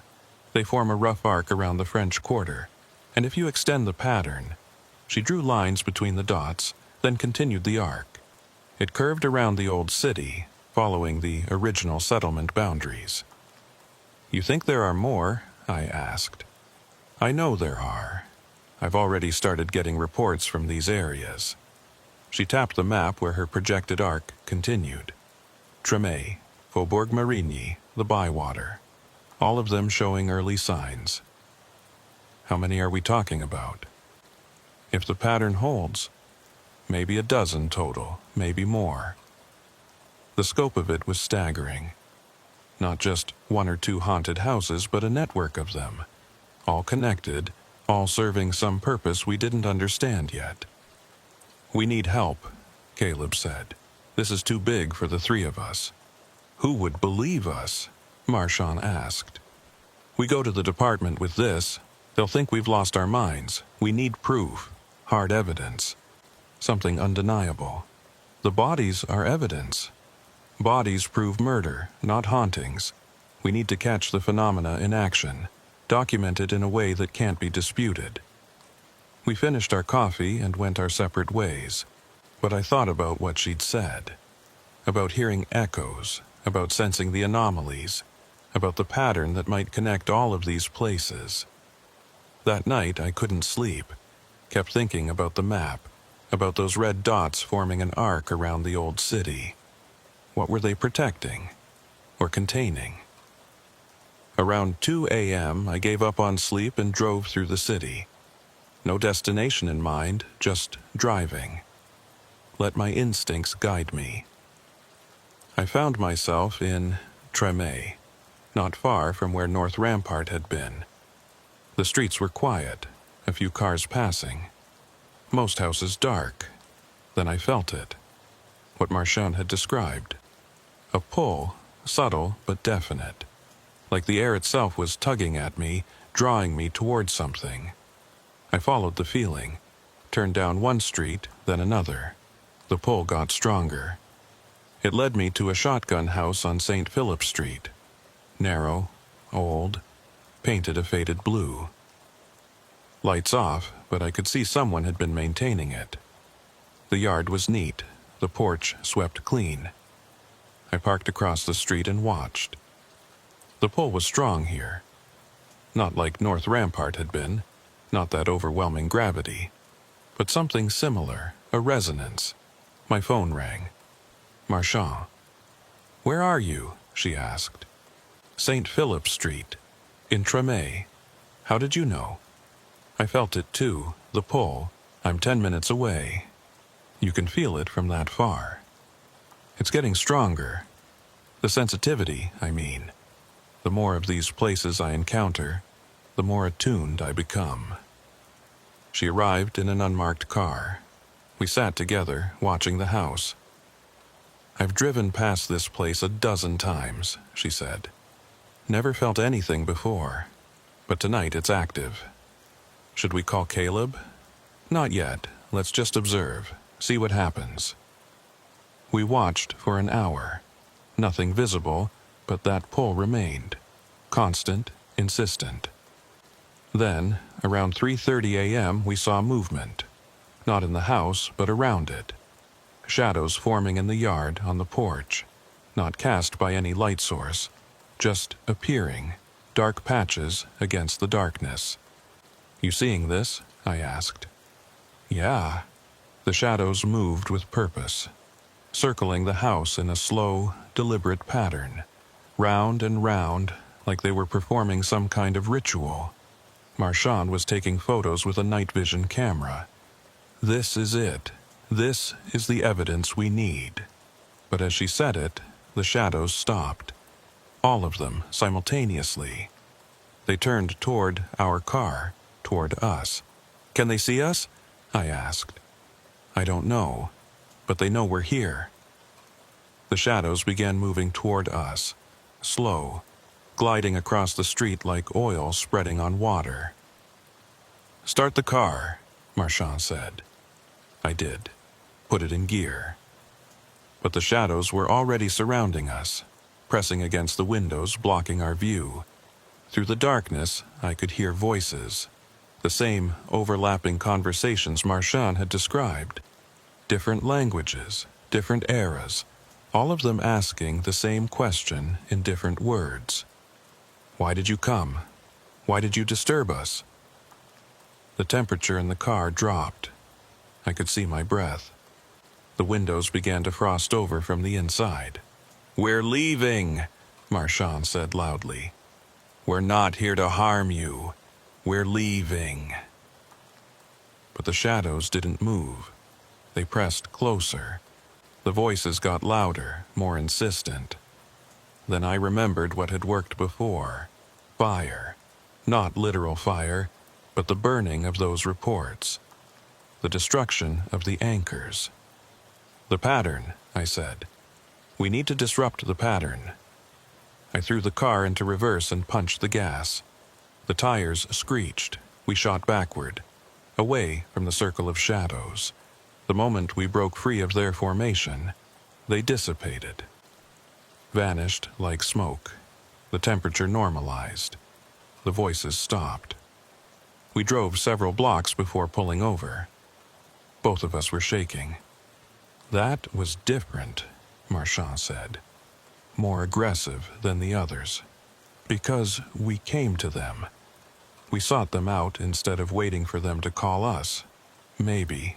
Or maybe because we've freed the others, broken those patterns, and now the remaining ones are defensive, protecting themselves." We sat in silence for a moment. Then Marchand said, "We need to be more careful. This isn't just about freeing trapped spirits anymore. There's something intelligent behind this, something that doesn't want us interfering." "You think the spirits themselves?" "I think whatever created this network, whatever buried those bodies in those patterns, some part of them, or their intent, is still active, still working to maintain the anchors. So, we're not just fighting ghosts. we're fighting whoever created all of this. Yes, even if they're long dead themselves. The next day, we met again. This time with Caleb in Marchand's office at the station. She'd printed out all her research, spread it across her desk. "I think I know what we're dealing with," she said. "I've been cross-referencing historical records, old police reports, everything I can find. And there's a pattern within the pattern." She pulled out a timeline, in 1894 to 1923. Over that 30-year period, there were a series of murders across the city, all unsolved. All victims found in or near shotgun houses. And in every case, the bodies showed signs of ritualistic placement. "How many victims?" Caleb asked. "At least 20, possibly more. The records from that era are incomplete. But what's interesting is when the murders stopped." "When?" 1923, the last confirmed case. After that, nothing. No more ritualistic murders, no more bodies found in crawl spaces. It's like whoever was doing this just stopped. "Or died," I suggested. "Or was stopped," Marchand countered. "I found a reference in an old newspaper. A fire in the French Quarter in December 1923 killed several people. One of them was a woman named Célestine Devereaux. She was known in certain circles as a practitioner of the old ways. Voodoo, folk magic, that sort of thing. You think she was the one creating the anchors?" "I think she was part of it. Maybe the leader. The fire destroyed her home and everything in it. After she died, the murders stopped." Caleb studied the timeline. "But the anchors remained, the patterns she created. They kept working even after she was gone." "Exactly. Like a machine that keeps running even after its creator dies. And we've been dismantling that machine, one anchor at a time."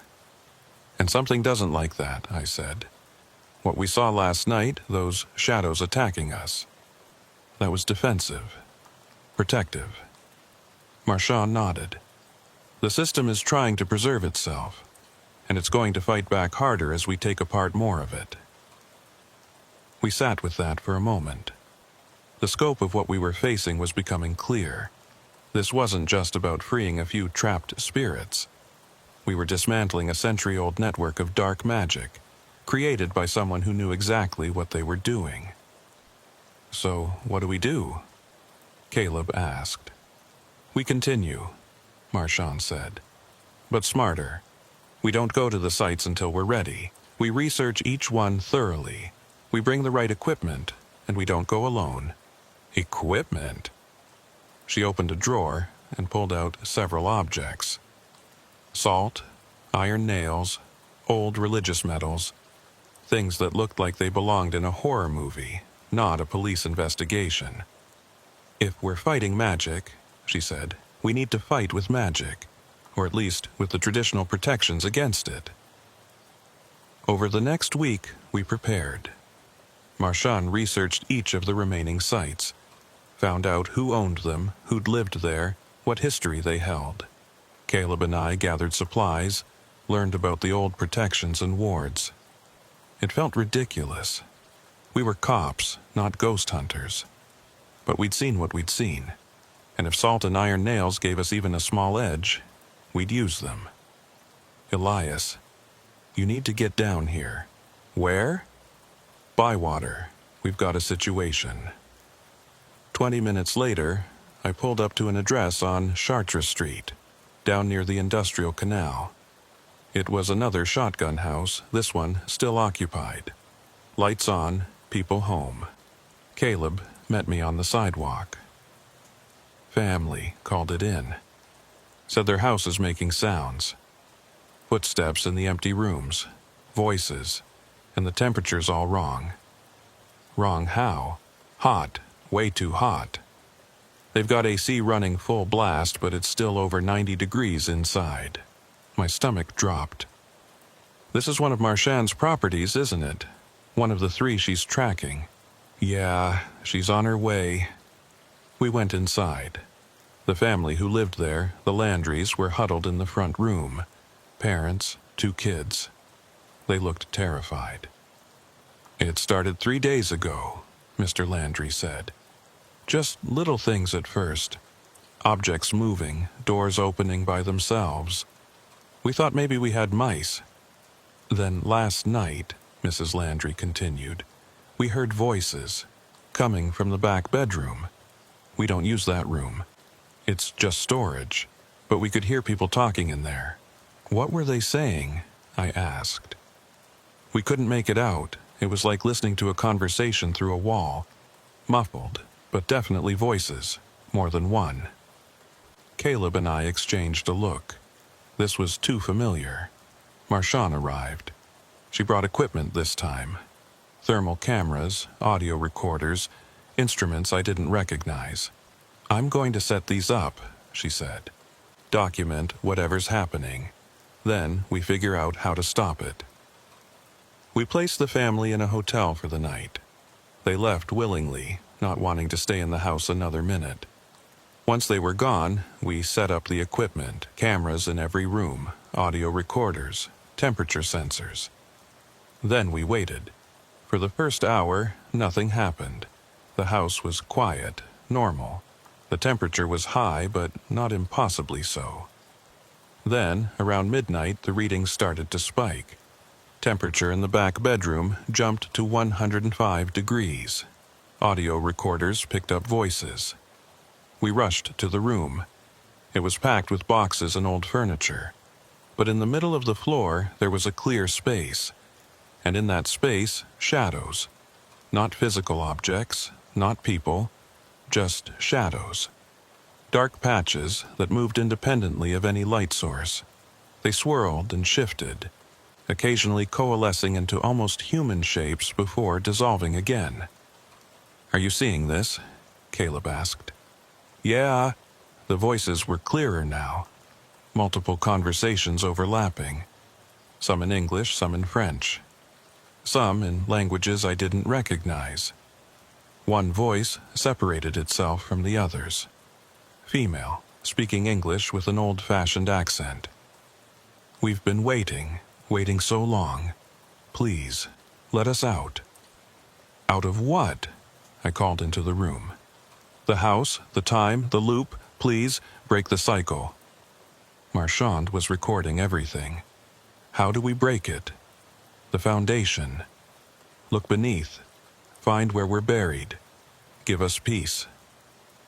The shadows began to fade. The voices diminished. Within minutes, the room was back to normal. Temperature dropping, phenomena ceasing. We looked at each other. "The foundation," I said. "Like North Rampart, there are bodies buried here too." We got permission from the Landrys to excavate. It took 2 days of work with ground-penetrating radar and careful digging. We found them. 7 bodies buried in the crawl space under the house. Different time periods, different circumstances. All of them people who'd gone missing over the years from this address. The coroner removed them. Identified who he could. Families were notified, proper burials arranged. And just like that, the phenomena stopped. The house went back to being a normal house. The Landrys moved back in, reported no further incidents. "It's the same pattern," Marchand said. "Bodies buried, spirits trapped, the house existing across multiple times simultaneously. And when we free the dead, it breaks the cycle." "So the other 2 properties you're tracking," Caleb said. "They probably have bodies too. I'm going to get warrants. Check the foundations. If there are remains, we'll remove them before the phenomena escalate." Over the next month, she did exactly that. The first property was on Burgundy Street in the Meridni, a small Creole cottage that had changed hands 6 times in the past decade. Nobody ever stayed long. The current owners, a young couple from California, had been there 3 weeks when the incident started. They described the same things: voices, temperature spikes, shadows moving independently. We got the warrant, excavated the foundation. found 4 bodies dating back to the 1880s, all victims of yellow fever, buried quickly during an epidemic. No proper rites, no consecrated ground, just thrown in a pit and covered with lime. When we gave them proper burials, the phenomena stopped immediately. The couple stayed in the house, reported no further issues. The second property was different. A larger home in the Bywater, closer to the industrial canal. This one had been a boarding house in the 1920s and 30s. Marchand's research showed 3 disappearances over a 10-year span. Residents who'd simply vanished from their rooms. We found them in the walls, literally sealed into the structure during a renovation in 1935. The property owner at the time had been questioned about the disappearances but never charged.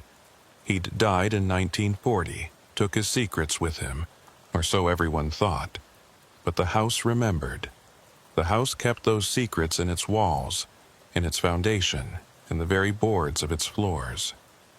When we opened those walls, when we brought those remains into the light, I felt something. A release, like pressure equalizing. The house itself seemed to sigh. The current owner, an artist who'd been using it as a studio, said the atmosphere changed immediately. "It feels lighter," she told us, "like the building can breathe again. For now, at least." But we all knew this wasn't the end. New Orleans is built on the dead. Centuries of yellow fever, hurricanes, violence. Thousands upon thousands buried in the swampland beneath the city. Many in unmarked graves, many forgotten entirely. Some of them don't rest easy. Some of them reach out, trying to connect with the living, trying to pull the living into their frozen moments, trying to make someone, anyone, acknowledge that they existed, that they died, that they matter. And sometimes they succeed. But now we know how to fight back, how to free them, how to break the cycles. It's become part of my job now. Alongside the regular police work, there's this other duty. Watching for the signs, the houses that get too hot, the voices from empty rooms, the shadows that move on their own, the reports that document events that haven't happened yet. Caleb and I respond to these calls now. Along with Marchand, we've become the department's unofficial paranormal response team. Nobody says it out loud. Nobody acknowledges what we're really doing. The reports we file are carefully worded, clinical, avoiding any mention of the impossible things we've witnessed. But when a call comes in that sounds like an anomaly, we're the ones who get sent. The duty sergeants know. They don't understand it, don't want to understand it, but they know we can handle these situations, that we won't panic, won't spread rumors, won't make the department look foolish. Sometimes we find bodies. Sometimes we don't. But we always find something. Some connection to the past that refuses to let go. A photograph left on a mantel. A name scratched into a floorboard. A piece of clothing stuffed behind a wall. Evidence of lives lived and lost, of moments frozen in time. And we do what we can. Give the dead peace when we can find their remains. Document their stories when we can't. Acknowledge their existence. Make sure they're not forgotten again. Protect the living. Break the cycles when we can. It's not in any manual, not part of any official training, but it's real work, important work. I started keeping my own records, a private file separate from official reports. Every anomaly we investigate, I document fully. The impossible temperatures, the voices from empty rooms, the shadows, the reports from the future, all of it. Marchand does the same. Between us, we're building a comprehensive database of these phenomena. Patterns emerge when you look at enough data. Certain addresses appear more frequently. Certain dates. Certain types of deaths seem more likely to create hauntings. Violence, obviously. Sudden, unexpected death, but also abandonment. people who died alone, forgotten, children especially. The young seem to imprint more strongly on places. Their confusion, their need for comfort, it lingers. We've learned that some hauntings are residual, just echoes, replaying the same moments over and over. These are harmless, though disturbing. We document them but don't intervene. They'll fade eventually, given enough time. But others are intelligent, active. The spirits are aware, trying to communicate, trying to accomplish something. These are the dangerous ones. These are the ones that can trap the living, pull them into those frozen moments. These are the ones we have to stop. One case in particular stayed with me. Mid-April, a call came in about a house on Esplanade Avenue. Beautiful old mansion, divided into apartments. The tenant on the second floor reported a child crying in the walls. We investigated. Found no physical explanation. But the crying continued. Every night around 8 p.m., a child's sobs coming from inside the walls of the bedroom. We researched the property. In 1918, during the flu pandemic, a family lived there. Parents and 3 children. All 5 died within a week of each other. The youngest, a girl of 4, died last, alone in her bedroom while the rest of the family lay dead in other rooms. Her body had been found days later. Nobody knew how long she'd been alone, crying for parents who would never come. We couldn't excavate. The family had been buried in St. Louis Cemetery No. 3, proper graves with proper markers. But the girl's spirit was still there, still crying for someone to come. Marchand tried something different that night. She sat in that bedroom, alone, lights off, and talked to the crying child. Spoke in a soft, gentle voice. Told her she'd been very brave. Told her it was okay to stop being scared now. That her mama and papa were waiting for her. That they'd been waiting such a long time and they missed her so much. That she could go to them now. That it was safe. That she didn't have to cry anymore. I was standing in the hallway, listening. Caleb was downstairs with the tenant. And for a long time there was just silence. Then Marchand's voice again, quieter this time. "That's right, sweetheart. I can see them too. They're smiling. They're so happy to see you. Go on now. Go to them. It's okay. You're safe now." The crying stopped. Not gradually, not fading away. Just stopped, mid-sob. Like a switch had been flipped. When Marchand came out of the room, her eyes were wet. "She's gone. She finally went to them." The tenant reported no further incidents. Whatever had kept that little girl's spirit trapped for over a century in that moment of fear and abandonment, Marchand's words had released it, given her permission to leave, to find peace. Sometimes, Marchand told us later over coffee, her hands wrapped around the cup for warmth, even though it was 70 degrees outside.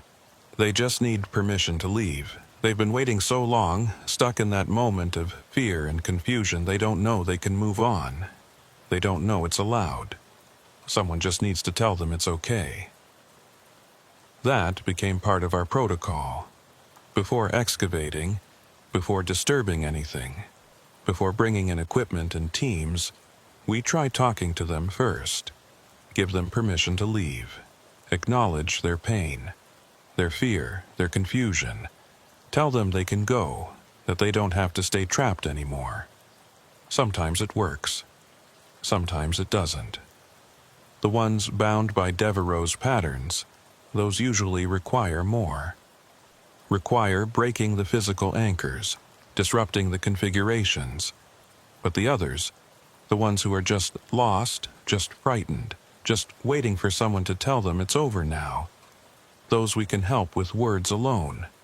It's worth trying, always worth trying, because every spirit we free without excavation is one less family we have to tell that their loved ones were buried in a crawlspace, one less set of bones to pull from the earth, one less horror to document and file away. The work continued through spring and into summer. More houses, more patterns, more bodies buried in crawl spaces that shouldn't exist. We found 12 in total. The network Devereaux created, all mapped out, all documented, all dismantled piece by piece. Each one followed the same pattern.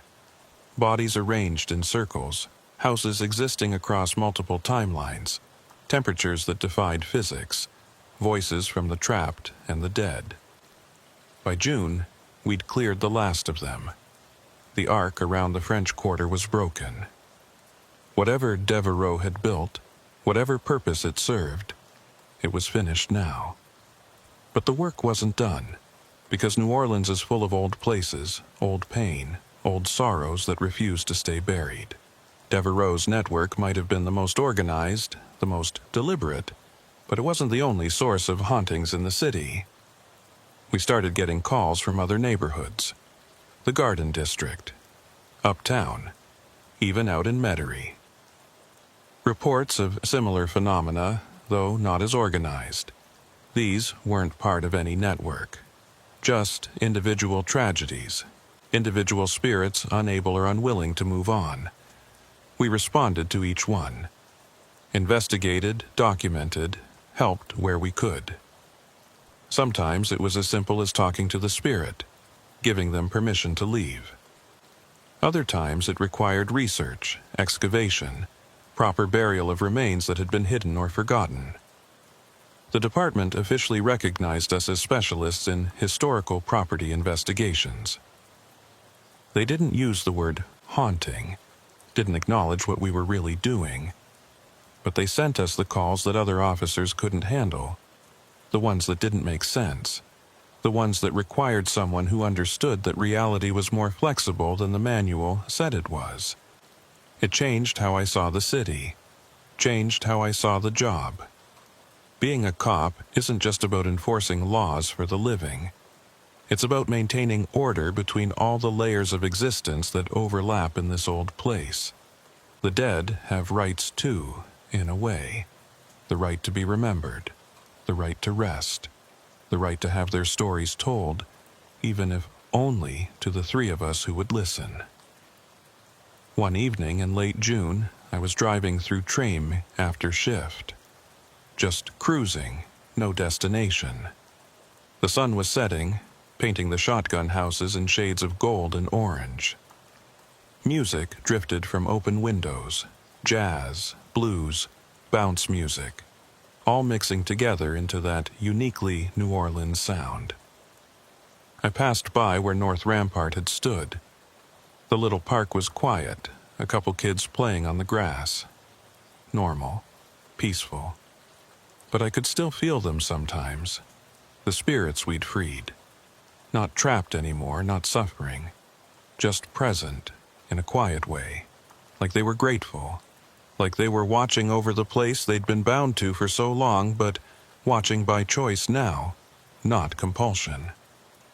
It's hard to explain to someone who hasn't experienced it, the difference between a malevolent haunting and a peaceful one, between spirits trapped in pain and spirits who choose to linger out of love.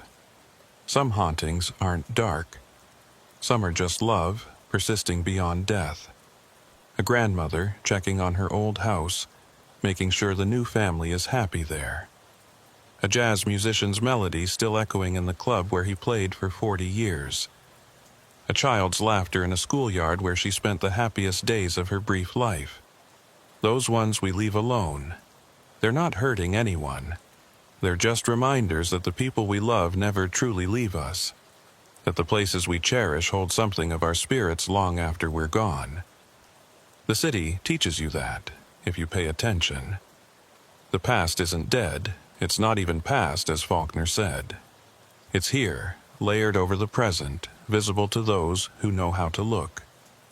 And now, I'm one of those people. Now I can see those layers, feel them, navigate them when necessary. Walk through the French Quarter and see not just the tourists and the bars and the street performers, but also the shadows of everyone who's ever walked these streets. the merchants from the 1700s, the slaves who built the city, the sailors who made port here, the musicians who created the soundtrack, the lovers and the fighters and the dreamers who made New Orleans what it is. They're all still here, in a way, all still part of the city's fabric. And sometimes they need help. Sometimes they need someone to speak for them. Someone to acknowledge their existence, their pain, their joy, their humanity. That's become our purpose. Caleb, Marchand, and me. We're not just cops anymore. We're mediators between the living and the dead. Guardians of the boundary between past and present. Keepers of stories that would otherwise be forgotten. It's a heavy burden sometimes. Walking through the French Quarter on a busy night, surrounded by tourists and music and laughter, but also seeing the shadows that move between the living, the echoes of every drunk who died in an alley, every murder victim, every soul that got lost in this city and never found their way out. But it's also a privilege to be able to help, to be able to give the dead what the living couldn't. Peace, acknowledgement, rest. We protect and serve. That's what we swore to do. Nobody said that oath only applied to the living. So we'll keep doing it. Keep responding to those calls. Keep entering those houses. Keep freeing those spirits. Keep breaking those cycles. Because somebody has to. Somebody has to stand guard against the weight of history. Somebody has to make sure the past stays in the past where it belongs. Somebody has to help the dead find peace so the living can feel safe. That somebody is us. And we're not going anywhere. The city needs us. The dead need us. The living need us. So we'll keep watching, keep waiting, keep ready for the next house that gets too hot, the next voice from an empty room, the next shadow that moves on its own, the next report from a time that hasn't happened yet. We'll be there, always, forever, protecting this city from itself, protecting the living from the dead, protecting the dead from being forgotten, one sealed house at a time, one freed spirit at a time, one broken cycle at a time. That's our mission now, our calling, and we'll keep answering it. For as long as New Orleans stands, for as long as the dead need someone to speak for them, for as long as the living need someone to keep them safe from the past, we are the guardians, the breakers of cycles, the voices for the voiceless dead, and this is our city, our responsibility, our eternal duty. I finished my shift around 6 a.m. The sun was coming up over the city, painting the sky in shades of orange and pink. Another night survived, another shift complete. I drove home past the park where 1247 North Rampart used to stand. The grass was green, the benches empty. Just a normal park in a normal neighborhood. But I knew the truth, knew what had been there, what had been trapped there for so long. And I knew there were other places just like it, scattered across the city, waiting for their moment, waiting to collect their own frozen pieces of time. We'd found some of them, freed the people trapped there, broken the cycles, but there were more, there would always be more. That's the nature of this city. Old bones, old sins, old sorrows. They don't disappear just because we want them to. They linger, they wait, they reach out. And when they do, we'll be ready. Caleb, Marchand, and me. The guardians against the past. The breakers of cycles. The ones who stand between the living and the trapped dead. It's not the job I signed up for, but it's the job I have now. And I'll keep doing it. Keep responding to those calls. Keep entering those houses. Keep freeing those spirits. Because somebody has to. Somebody has to stand guard against the weight of history. Somebody has to make sure the past stays in the past. That somebody is us. And we're not going anywhere. The city needs us. The dead need us. The living need us. So we'll keep watching, keep waiting, keep ready for the next house that gets too hot, the next voice from an empty room, the next shadow that moves on its own. We'll be there, always, forever, protecting this city from itself, one sealed house at a time.